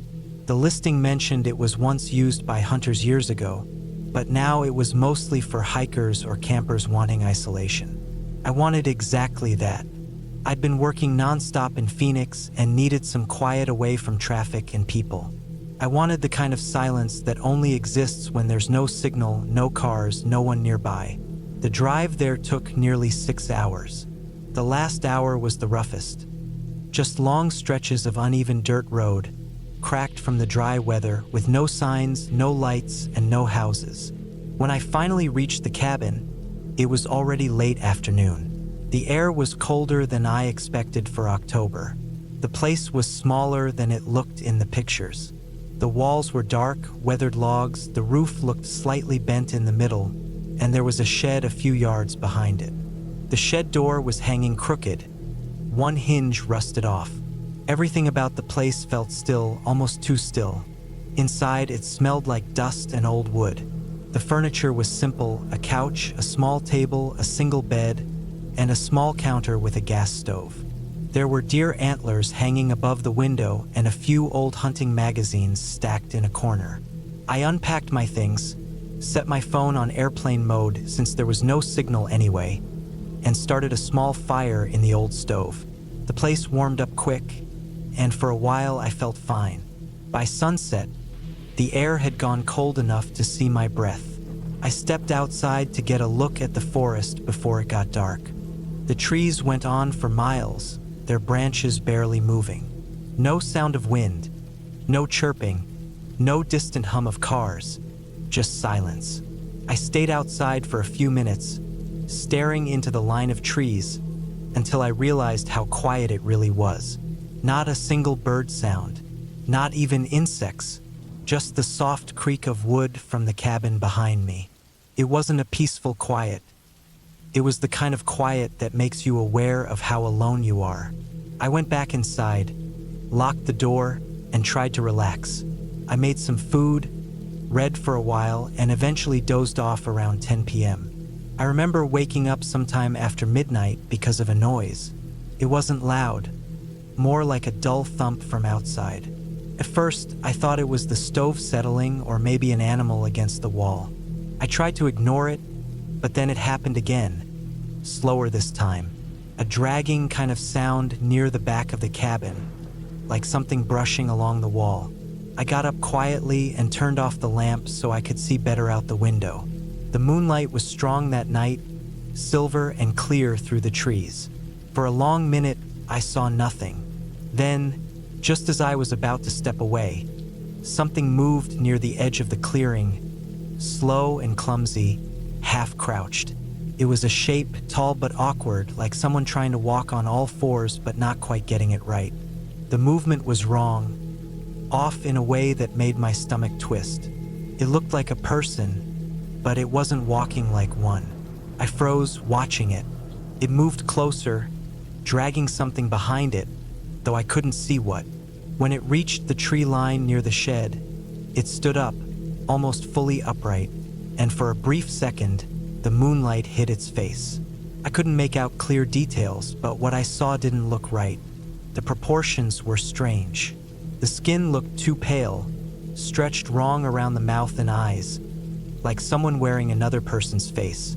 I backed away from the window slowly, trying not to make a sound. I felt my heartbeat in my throat. I went to the corner where I'd left my flashlight and my pocket knife. Not that it would help much. I stood there for what felt like an hour, but was probably only 10 minutes, waiting for any more sounds. Then I heard it again, this time near the front porch. Light footsteps, but not steady ones, uneven, like whoever it was didn't know how to walk properly. The doorknob made a soft click, not turning, just moving slightly. I didn't breathe. The knob moved again, a slow rattle, then silence. I stood there gripping the knife so tight my hand hurt. Nothing else happened for the rest of the night. I didn't sleep. I just stood near the stove, flashlight pointed at the door, waiting for dawn. When morning came, the first thing I did was go outside. The air was sharp, the sky gray. Around the porch, there were marks in the dirt, long, thin prints that didn't match any animal I knew. They were like barefoot human tracks, but the toes looked too long, and they dragged in a strange way, like whoever made them kept slipping. I followed them around the side of the cabin toward the shed.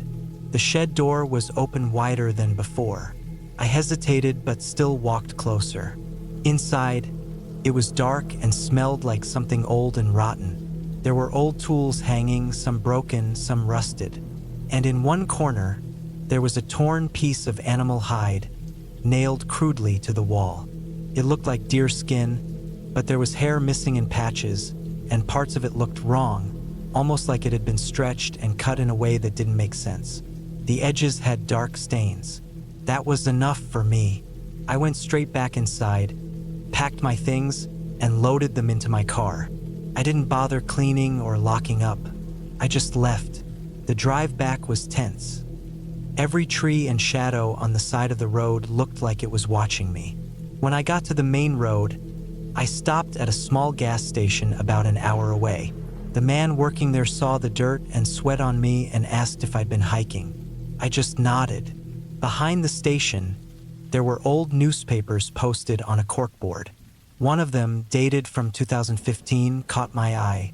It mentioned missing hikers in that same area, 2 hunters who disappeared near the forest edge. Locals said they were last seen near an abandoned hunting cabin, possibly taken by wild animals, though no traces were ever found. I didn't read the rest. I filled up my car and kept driving. For days after I got home, I couldn't sleep right. I kept seeing that pale face in the dark, that strange way it moved. Sometimes I'd wake up thinking I heard something outside my window, that same dragging sound, but there was never anything there. I told myself over and over it was probably an animal, maybe a coyote with mange, maybe a bear injured or sick. But deep down, I knew what I saw wasn't any animal I'd ever seen.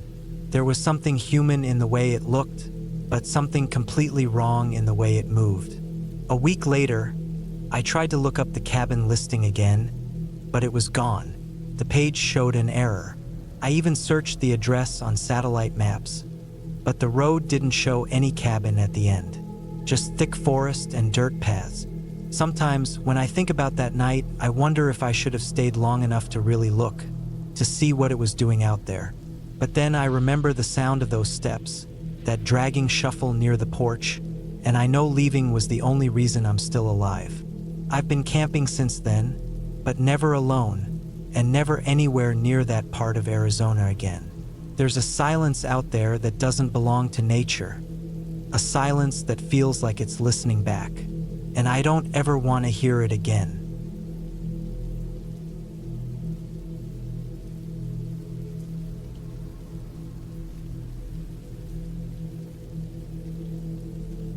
It was late October of 2016 when I decided to drive out to a small cabin I had bought in northern Montana, about 20 miles from the nearest town called Havre. I had been working long hours back in Billings and needed a quiet place to clear my head. The cabin was old, built sometime in the early 70s, tucked between pine trees with a dirt road that twisted through the hills before ending right at its front porch. I had gone there only once before during summer to check the place out. It had a simple setup: a small living room with a wood stove, a bedroom with a single bed, and a small kitchen that still smelled faintly of old wood and dust. I brought my dog, a brown Labrador named Duke, because I didn't want to spend a few nights out there completely alone. By the time I arrived, it was already past 6 p.m. The sky had that cold orange tint right before sunset, and the air smelled like pine and distant rain. The temperature dropped fast once the sun disappeared behind the trees. I unloaded the truck, some groceries, a few cans of beer, my duffel bag, and Duke's food. The cabin had no electricity, only a small generator that I rarely used because the noise ruined the peace I came out there for. I lit a few candles and got the wood stove burning. Duke laid near the fire while I sat on the old couch, the fabric rough and faded from years of use. Everything about that place felt peaceful but also slightly off in a way that's hard to explain. The silence was heavy, not the kind of silence you get in the suburbs at night, but the kind that feels like the air itself is waiting for something to happen. Every sound stood out: the creak of the wooden walls, the crack of the fire, Duke's breathing. That first night passed quietly, but the second night was different. Around midnight, Duke suddenly got up from his spot near the fire and started sniffing near the door. His tail was stiff, ears perked, and his low growl vibrated through the cabin. I sat up and listened. At first, I thought maybe it was a deer or a raccoon outside, but then I heard something. A faint scraping sound coming from the side of the cabin. Not constant, just a few slow drags of something against the wooden wall. I grabbed my flashlight and my rifle, not because I expected trouble, but because you don't live in Montana without being careful. When I stepped out onto the porch, the air was sharp and cold enough to make my breath visible. The forest around the cabin was dark except for the thin beam of my flashlight cutting through the trees. I didn't see anyone or anything. I walked slowly around the cabin, my boots crunching over the damp leaves. Duke stayed close behind, quiet but alert. There were no footprints, no broken branches, nothing out of place. I stood there for a moment, listening to the wind moving through the trees. Everything was still again, so I went back inside. I tried to shake it off, but that sound had felt too deliberate, too slow. I sat back on the couch, kept the rifle leaning next to me, and eventually drifted off to sleep. The next morning, I went outside to check again in daylight. On the right side of the cabin, near the bedroom window, I saw faint marks on the wood. They weren't claw marks, they were straighter, almost like someone had dragged a stick or metal object across the wall. I stared at them for a while, trying to figure out what would make that pattern. It didn't look random. I spent the day chopping wood and clearing out some branches near the driveway to keep myself busy. The forest was quiet, almost too quiet. I realized I hadn't heard a single bird that day.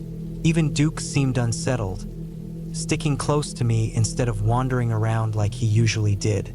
By late afternoon, clouds started to roll in from the west. The wind picked up, and it began to drizzle. I decided to stay inside for the evening. I cooked some canned soup over the stove, fed Duke, and sat near the fire again. The cabin creaked louder than usual that night, maybe because of the wind. Still, I couldn't shake that feeling that something or someone had been outside the night before. When it got dark, the rain started to pour heavily, drumming against the metal roof. I could barely hear anything over the sound, but Duke suddenly stood up again, staring toward the window this time. His fur was raised, and he gave that same low growl. I turned off the lantern, letting my eyes adjust to the dim light from the fire. Through the rain, I thought I saw movement outside, just a faint shadow near the edge of the trees. It was tall, human tall, but hard to make out through the rain and darkness. I stayed still for a long time watching that spot, but the shadow didn't move again. I kept Duke close, one hand on his collar, until the rain started to ease up around 2 a.m. I didn't sleep much after that. The next morning, I checked again. The ground was muddy from the rain, and sure enough, there were footprints leading from the tree line to the side of the cabin. Human footprints, barefoot. The prints weren't deep, meaning whoever it was wasn't heavy, maybe lean, maybe around my size.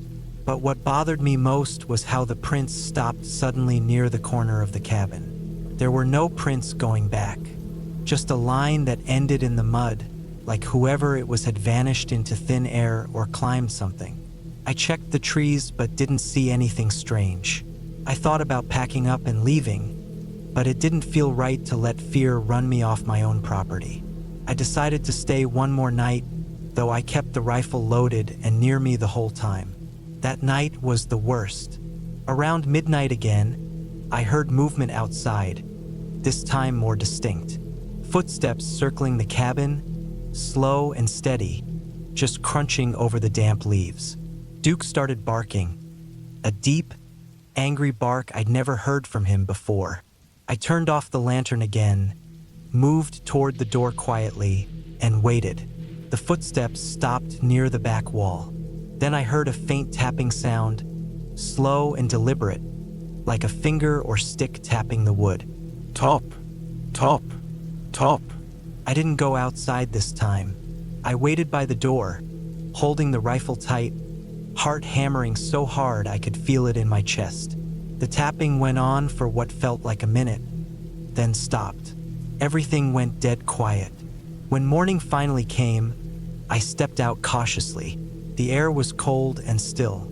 The footprints were back, circling the cabin. I followed them this time, slowly, about 10 yards out into the woods before they suddenly changed direction, heading toward a small clearing I hadn't noticed before. There, I found an old, half-collapsed tent. The fabric was moldy, covered in leaves, and there was a pile of junk beside it. Old clothes, empty cans, a rusted pan, and what looked like an old pair of binoculars. Someone had been living there. It hit me then that whoever had been walking around the cabin probably wasn't trying to harm me. They might have just been living out there, surviving quietly, maybe not wanting anyone near their spot. I packed my things and decided to leave that day. On the drive back down the dirt road, I kept thinking about those barefoot prints and that tapping sound. Whoever it was must have been watching me the whole time, maybe curious, maybe warning me to stay away.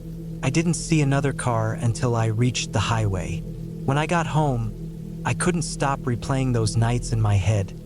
The sound of the tapping, Duke's growl, the prints in the mud. I told myself it was probably just some drifter or hermit living out there, but something about it never sat right. I went back to the cabin once more a few months later in February, just to check on things. The tent was gone. The marks on the wall were still there, but fainter. I didn't stay overnight that time. I just locked the door, fed the fire one last time, and stood there for a while listening to the quiet. The woods were still heavy, watching. Then I left and never came back. Even now, years later, I still wonder if whoever was out there is still living in those woods, or if they ever really left.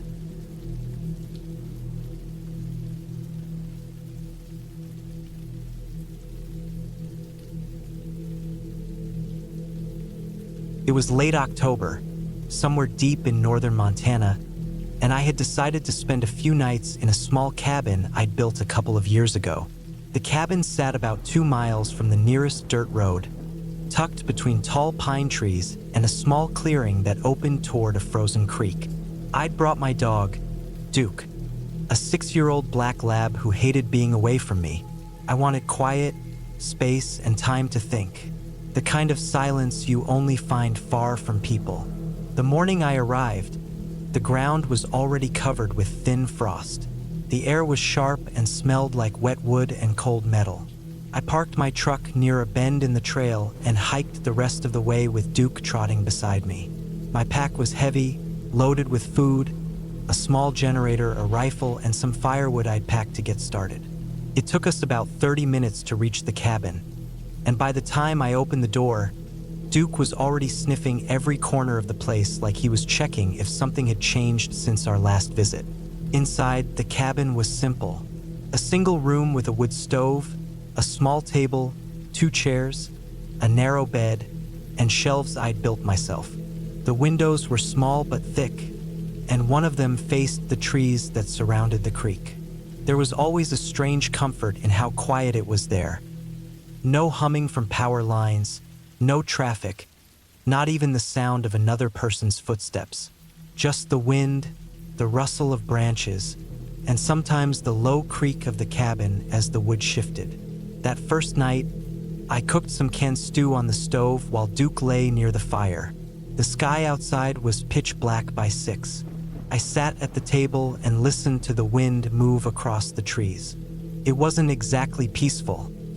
It was more like the world was holding its breath. Every so often, I'd hear the faint snap of a branch somewhere out there. At first, I told myself it was deer.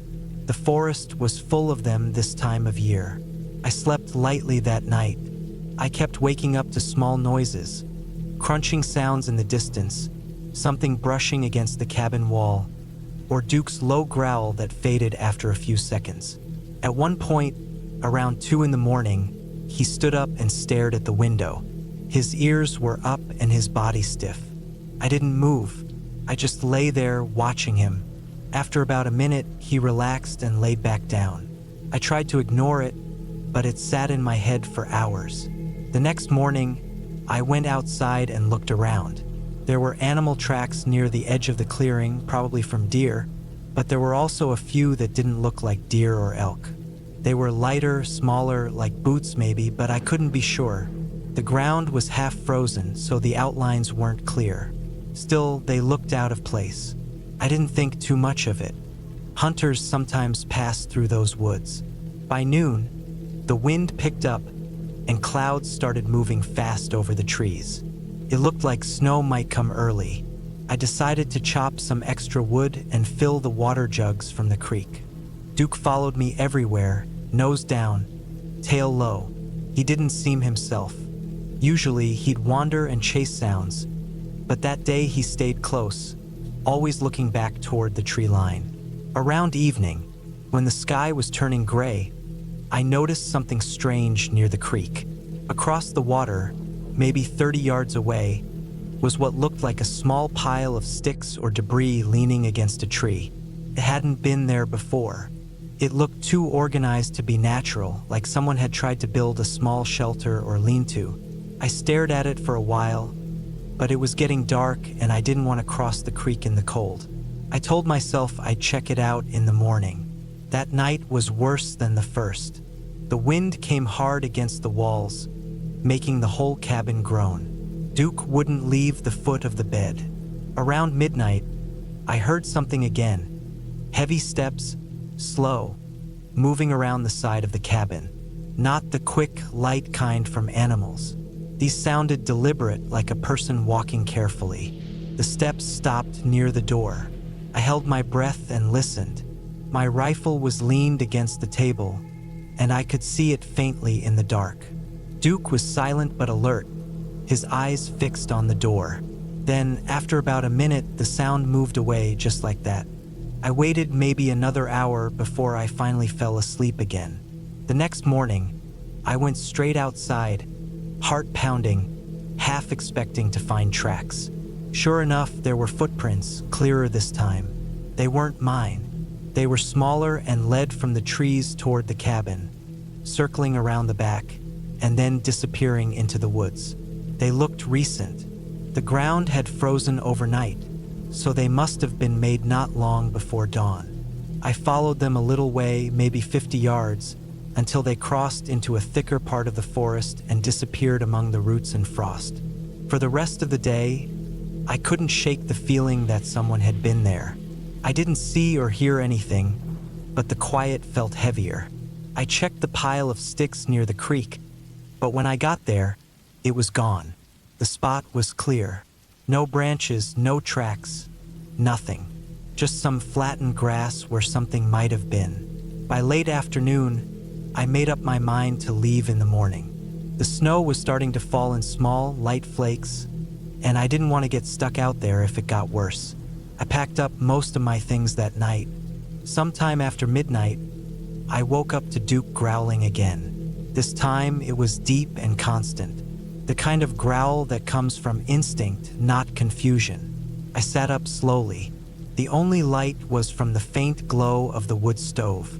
Then I heard it, soft scraping sounds against the back wall of the cabin. Not scratching, but like someone was dragging something slowly along the wood. I got up and grabbed the rifle. The sound stopped. Then I heard faint crunches of footsteps in the snow, moving away, fast. I stood there, heart pounding, until it went silent again. I didn't sleep after that. When dawn came, I packed the rest of my gear and opened the door. The air was icy and still.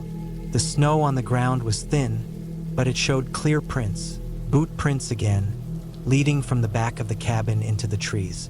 I followed them for a while, keeping Duke close. About 50 yards in, they split off in two directions. One set curved toward the creek, the other circled back toward the clearing. I didn't like that. It meant there were two people, or at least two sets of prints from someone pacing around. I decided not to push my luck. I went back, locked the cabin door, loaded the truck, and got Duke inside. As I was driving out, I stopped once to look back through the trees. From that distance, the cabin looked small and harmless again, just a dark shape among the snow and pines. But something about it felt different, like the stillness wasn't natural anymore. A week later, after I was home, I went online to check local reports. There had been a notice about missing hikers not far from that area, a man and a woman who had gone off-trail 2 weeks earlier. Their truck was found abandoned about 3 miles from the old logging road I used. The authorities said the snow made the search slow. They hadn't found anything yet. I didn't go back to that cabin after that.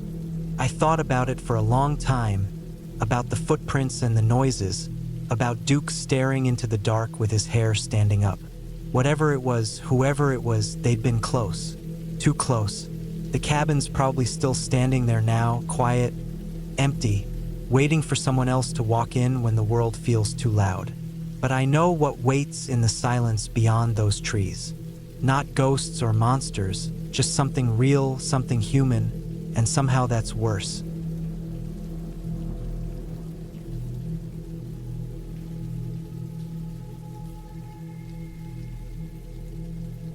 It was late October of 2016 when I decided to take a short trip out of the city. I'd been working too much, barely sleeping, and everything around me felt like noise. I needed somewhere quiet, away from people and traffic and lights. I found a small cabin listing online, located in a rural part of northern England, a few miles outside of Keswick. The pictures showed an old wooden place surrounded by pine trees, a single dirt track leading up to it, and a small lake a few hundred meters away. It looked perfect, too quiet maybe, but that's what I wanted. When I arrived, the air felt heavier than it looked in the photos. The road that led there wasn't really a road, more like a path of flattened grass and uneven rocks that scraped the bottom of my car a few times. It was late afternoon, the sky already darkening in that dull British way, where the sun seems to disappear without warning. The cabin looked older in person, not broken down, but neglected. The windows were foggy from inside, and the wooden steps leading to the door were slightly slanted. There was a metal bucket by the side filled with rainwater and old leaves. Inside, it smelled of damp wood and old smoke, like someone had burned a fire months ago and never aired it out. The interior was simple, one small main room with a table, 2 chairs, and a wood stove. There was a small kitchen in the corner, with shelves holding some rusty utensils and a kettle. The bedroom was tiny, just enough for a bed, a single dresser, and a narrow window that faced the forest. It was cold, so I started the wood stove using the logs stacked by the door. The fire cracked softly, filling the cabin with a bit of warmth and sound. That first evening was uneventful. I made a cup of tea, read a few pages of a book, and went to bed early. But sometime in the middle of the night, I woke up because of a sound. Something faint but steady, like footsteps outside. They weren't close, but I could hear them through the wall, moving slowly around the cabin. At first, I thought it was an animal, maybe a deer or fox, but the steps sounded too heavy, too consistent. They circled once, then stopped. The silence after that felt even heavier than the noise before it. I lay awake for what felt like hours, listening for more sounds, but there was nothing else. In the morning, I went outside to check. The ground was soft and muddy from the rain the night before, and near the back of the cabin, I saw prints. Not clear enough to tell exactly what they were, but long and narrow, more like shoes than paws. They led into the trees, disappearing into the dense brush. I told myself it was just a hiker or someone who had passed by, maybe curious about the place. The area was remote, but not totally deserted. That's what I kept thinking. Anyway, the second day went by slowly. I spent most of it walking around the lake and taking photos. The air was still and cold, and everything seemed slightly muted. The color of the trees, the reflection on the water, even the sound of my boots on the wet ground. When I got back near dusk, I noticed something small that made my stomach twist a little. One of the chairs by the table was slightly turned, just a few inches away from where I left it. I was sure I hadn't moved it. Still, I convinced myself I must have nudged it earlier without noticing. That night, the sound came again, the same slow steps outside, circling the cabin. I stayed still in bed, staring at the ceiling. The steps stopped again behind the cabin, right near the back window. I didn't move. I just listened, my heart thudding so loud I could hear it in my ears. After a long while, the steps faded away. I waited another hour before I managed to sleep again, but it was a shallow, uneasy rest. When daylight came, I looked out the back window before even getting out of bed. Something was different. There were fresh footprints again, but this time they were clearer. They were definitely human. The shoes looked small, maybe belonging to a woman. The prints were deep in the mud, leading to the trees just beyond the window. I followed them a short distance before they vanished into the forest floor. The branches there were thick and damp, and the ground covered with wet leaves. I didn't go far. Something about the silence felt wrong. Later that afternoon, while stacking wood by the shed behind the cabin, I saw her.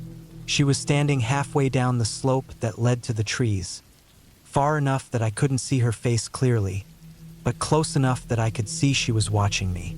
She wore a long gray coat that looked old and heavy, the kind that absorbed rain instead of repelling it. Her hair was dark and long, hanging messily over her shoulders. She didn't move. I stood frozen for a moment, not knowing what to do. My first thought was that maybe she was lost, but something about how still she stood, how quietly she watched, made me hesitate. When I blinked, she was gone. I don't mean she disappeared suddenly. She just wasn't there anymore when I looked again. I didn't hear her walk away either, just gone. The rest of the evening, I tried to keep myself busy, making sure the door was locked and the windows were shut. But the feeling stayed with me, that sense that someone was close, maybe still out there, just beyond the line of trees. That night, I didn't sleep much. Around 2 a.m., I heard something again. It wasn't footsteps this time, but the faint scrape of something brushing the wall outside. I sat up in bed, staring at the window. The scraping stopped, then started again near the door. I didn't move. I didn't want to make a sound. The wood stove had burned out, and the cabin was cold, every small sound echoing slightly. Then, after a few minutes, I heard something soft, like the sound of a hand sliding slowly across the window pane. I couldn't see through the fog glass, but I knew she was out there. When the morning came, I found the mark on the window, 5 clear smudges, like fingertips dragged downward. They were faint but visible. That's when I decided I'd had enough. I started packing, throwing my things into the bag without folding or sorting anything. I just wanted to leave. As I was about to step outside, I saw something small lying near the door. A single button. It was black and cracked, with a small thread still attached to it. It looked old, like it had come off a coat that had been worn for years. I thought about her gray coat, how heavy and worn it looked. I didn't pick up the button. I just left it there, shut the door behind me, and walked to my car. The drive out felt longer than when I came in. Every turn of the dirt road felt like it was taking me deeper instead of closer to the main road. The trees on either side seemed to close in, branches reaching low enough to scrape the top of the car. When I finally reached the paved road, I didn't look back. A few weeks later, I couldn't shake the feeling that I needed to understand what had happened. I searched online for anything about the cabin, the land, the area. I found a small mention buried in a local archive, an article from years ago about a woman who'd gone missing not far from that area. She'd lived alone in a small cabin near the woods, and her family said she'd started acting strangely before she vanished, claiming someone was watching her at night. Her body was never found. That piece of information sat in my mind like a weight I couldn't drop. Maybe it was just coincidence, maybe not, but I know what I saw. A woman standing in that gray coat, staring from the trees, silent and still. I haven't been back since. I don't think I ever will. But sometimes, when I close my eyes and think of that place, I can still see the outline of her figure, standing there in the cold, unmoving, as if waiting for me to look back one more time.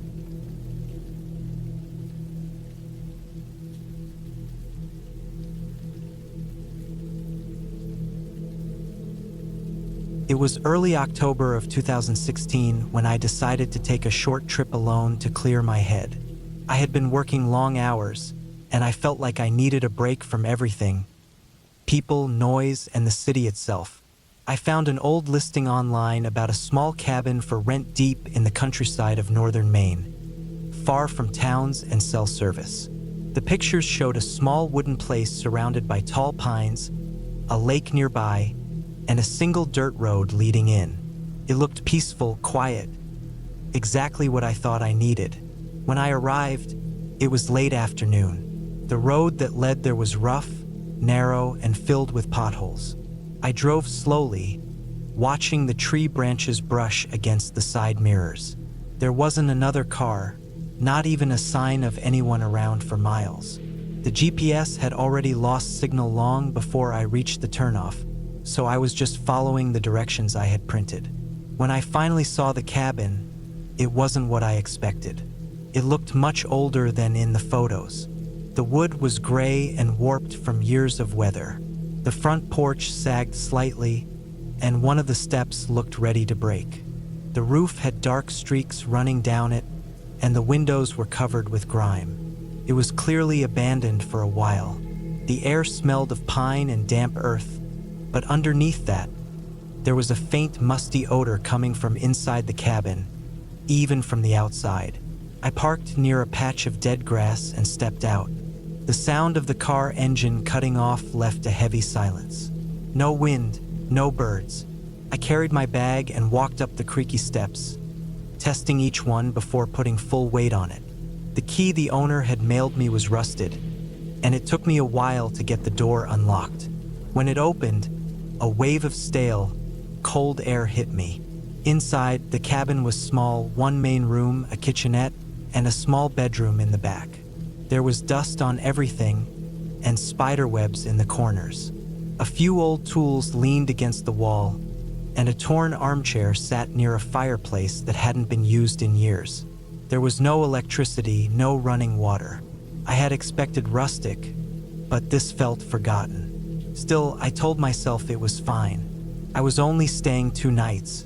I set up a lantern and unpacked. The first night passed quietly. I made a small fire in the old fireplace using some wood stacked outside. The smoke rose slowly, and I could hear faint crackles echoing through the empty room. I wrote a few notes in my journal and went to bed early. At around 2 a.m., I woke up, There was a faint sound coming from outside, like someone slowly walking through dry leaves. I froze and just listened. It went on for a while, one step, then a pause, then another. I tried to convince myself it was an animal. There were plenty of deer around, maybe raccoons. After a few minutes, the sound stopped, and I eventually fell asleep again. The next morning, I stepped outside and checked around. The ground near the porch had footprints, but they weren't clear. They could have been mine, I told myself. The air was colder, and I noticed something strange. Near the back of the cabin, the grass was flattened, as if someone had stood there for a long time. Still, I didn't think too much about it. That afternoon, I decided to take a walk down toward the lake. The trees grew thick on both sides of the narrow path. I could hear the crunch of twigs under my boots with every step. The lake itself was beautiful, quiet, still water reflecting the gray sky, but something felt off. There were no birds, no insects buzzing, just the sound of distant branches shifting in the wind. On the opposite side of the lake, I noticed what looked like another small structure, maybe an old shed or cabin. It was hard to tell from that distance, but it looked even older than the one I was staying in. When I got back to my cabin, I decided to check it out the next day. That night, though, something changed. I was sitting by the fire when I heard a dull thud outside, near the side wall. It was a heavy sound, like something hitting the wood. Then another one. I turned off the lantern, trying to hear better. There was silence for a few seconds, and then I heard slow steps again, circling the cabin. I stayed completely still. The sound stopped near the back window. The air inside felt thick, heavy. I didn't move for nearly 10 minutes. Eventually, I heard the soft crunch of footsteps fading away toward the woods. In the morning, I found something that made my stomach twist. Behind the cabin, right below the window where I had heard the noise, there was a shoe print in the mud. It wasn't mine. It was larger and fresher than anything I had made. I stared at it for a long time, trying to come up with a reason. Maybe a hunter had wandered by. Maybe some local kid exploring. I wanted to believe that. Later that day, I went to check the old structure across the lake. Took about an hour to get around to it. Up close, it wasn't a shed. It was another small cabin, even more decayed. The roof was half caved in, and the windows were shattered.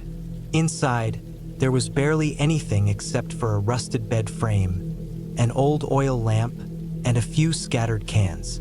But on the floor, near the far wall, I saw something strange. A sleeping bag, newer than the rest of the place. It looked used recently. Next to it was a small pile of trash, empty food wrappers, a plastic water bottle, and a half-burned candle. Someone had been staying there not long ago. The realization hit me slowly. The sound I'd heard at night, the footprints, it wasn't an animal. Someone was living out here, watching, maybe even coming close to my cabin. I walked back fast, checking over my shoulder every few minutes. By the time I reached my cabin, the light was fading. I decided I wasn't staying another night. I packed my bag quickly and went to start the car. But the driver's side window was cracked open. I was sure I had closed it. On the seat, there were muddy prints, faint like someone had leaned in with dirty hands. My chest tightened. I threw my bag in the passenger seat, turned the ignition, and drove out as fast as I could. The dirt road was rough and narrow, and I kept glancing at the mirror, half expecting to see someone step out onto the road behind me. It took nearly 40 minutes before I reached the main highway.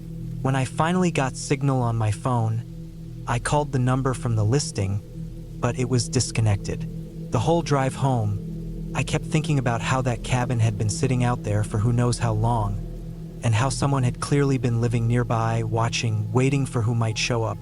A week later, I looked up the address again online.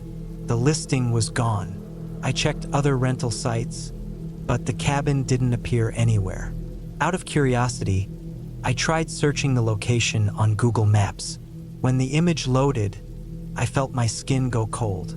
The satellite picture showed the same clearing, the same dirt path, but no cabin. Just overgrown trees and what looked like the faint outline of a collapsed structure. It looked like the place had been abandoned for years. I never went back, and I never tried to contact anyone about it. But sometimes, when I wake up at night, I still think about those slow, steady footsteps circling the cabin. I think about the flattened grass behind the window, and I wonder if whoever had been staying there before me was still out in those woods, waiting for someone else to come looking for a quiet place to spend a few nights alone.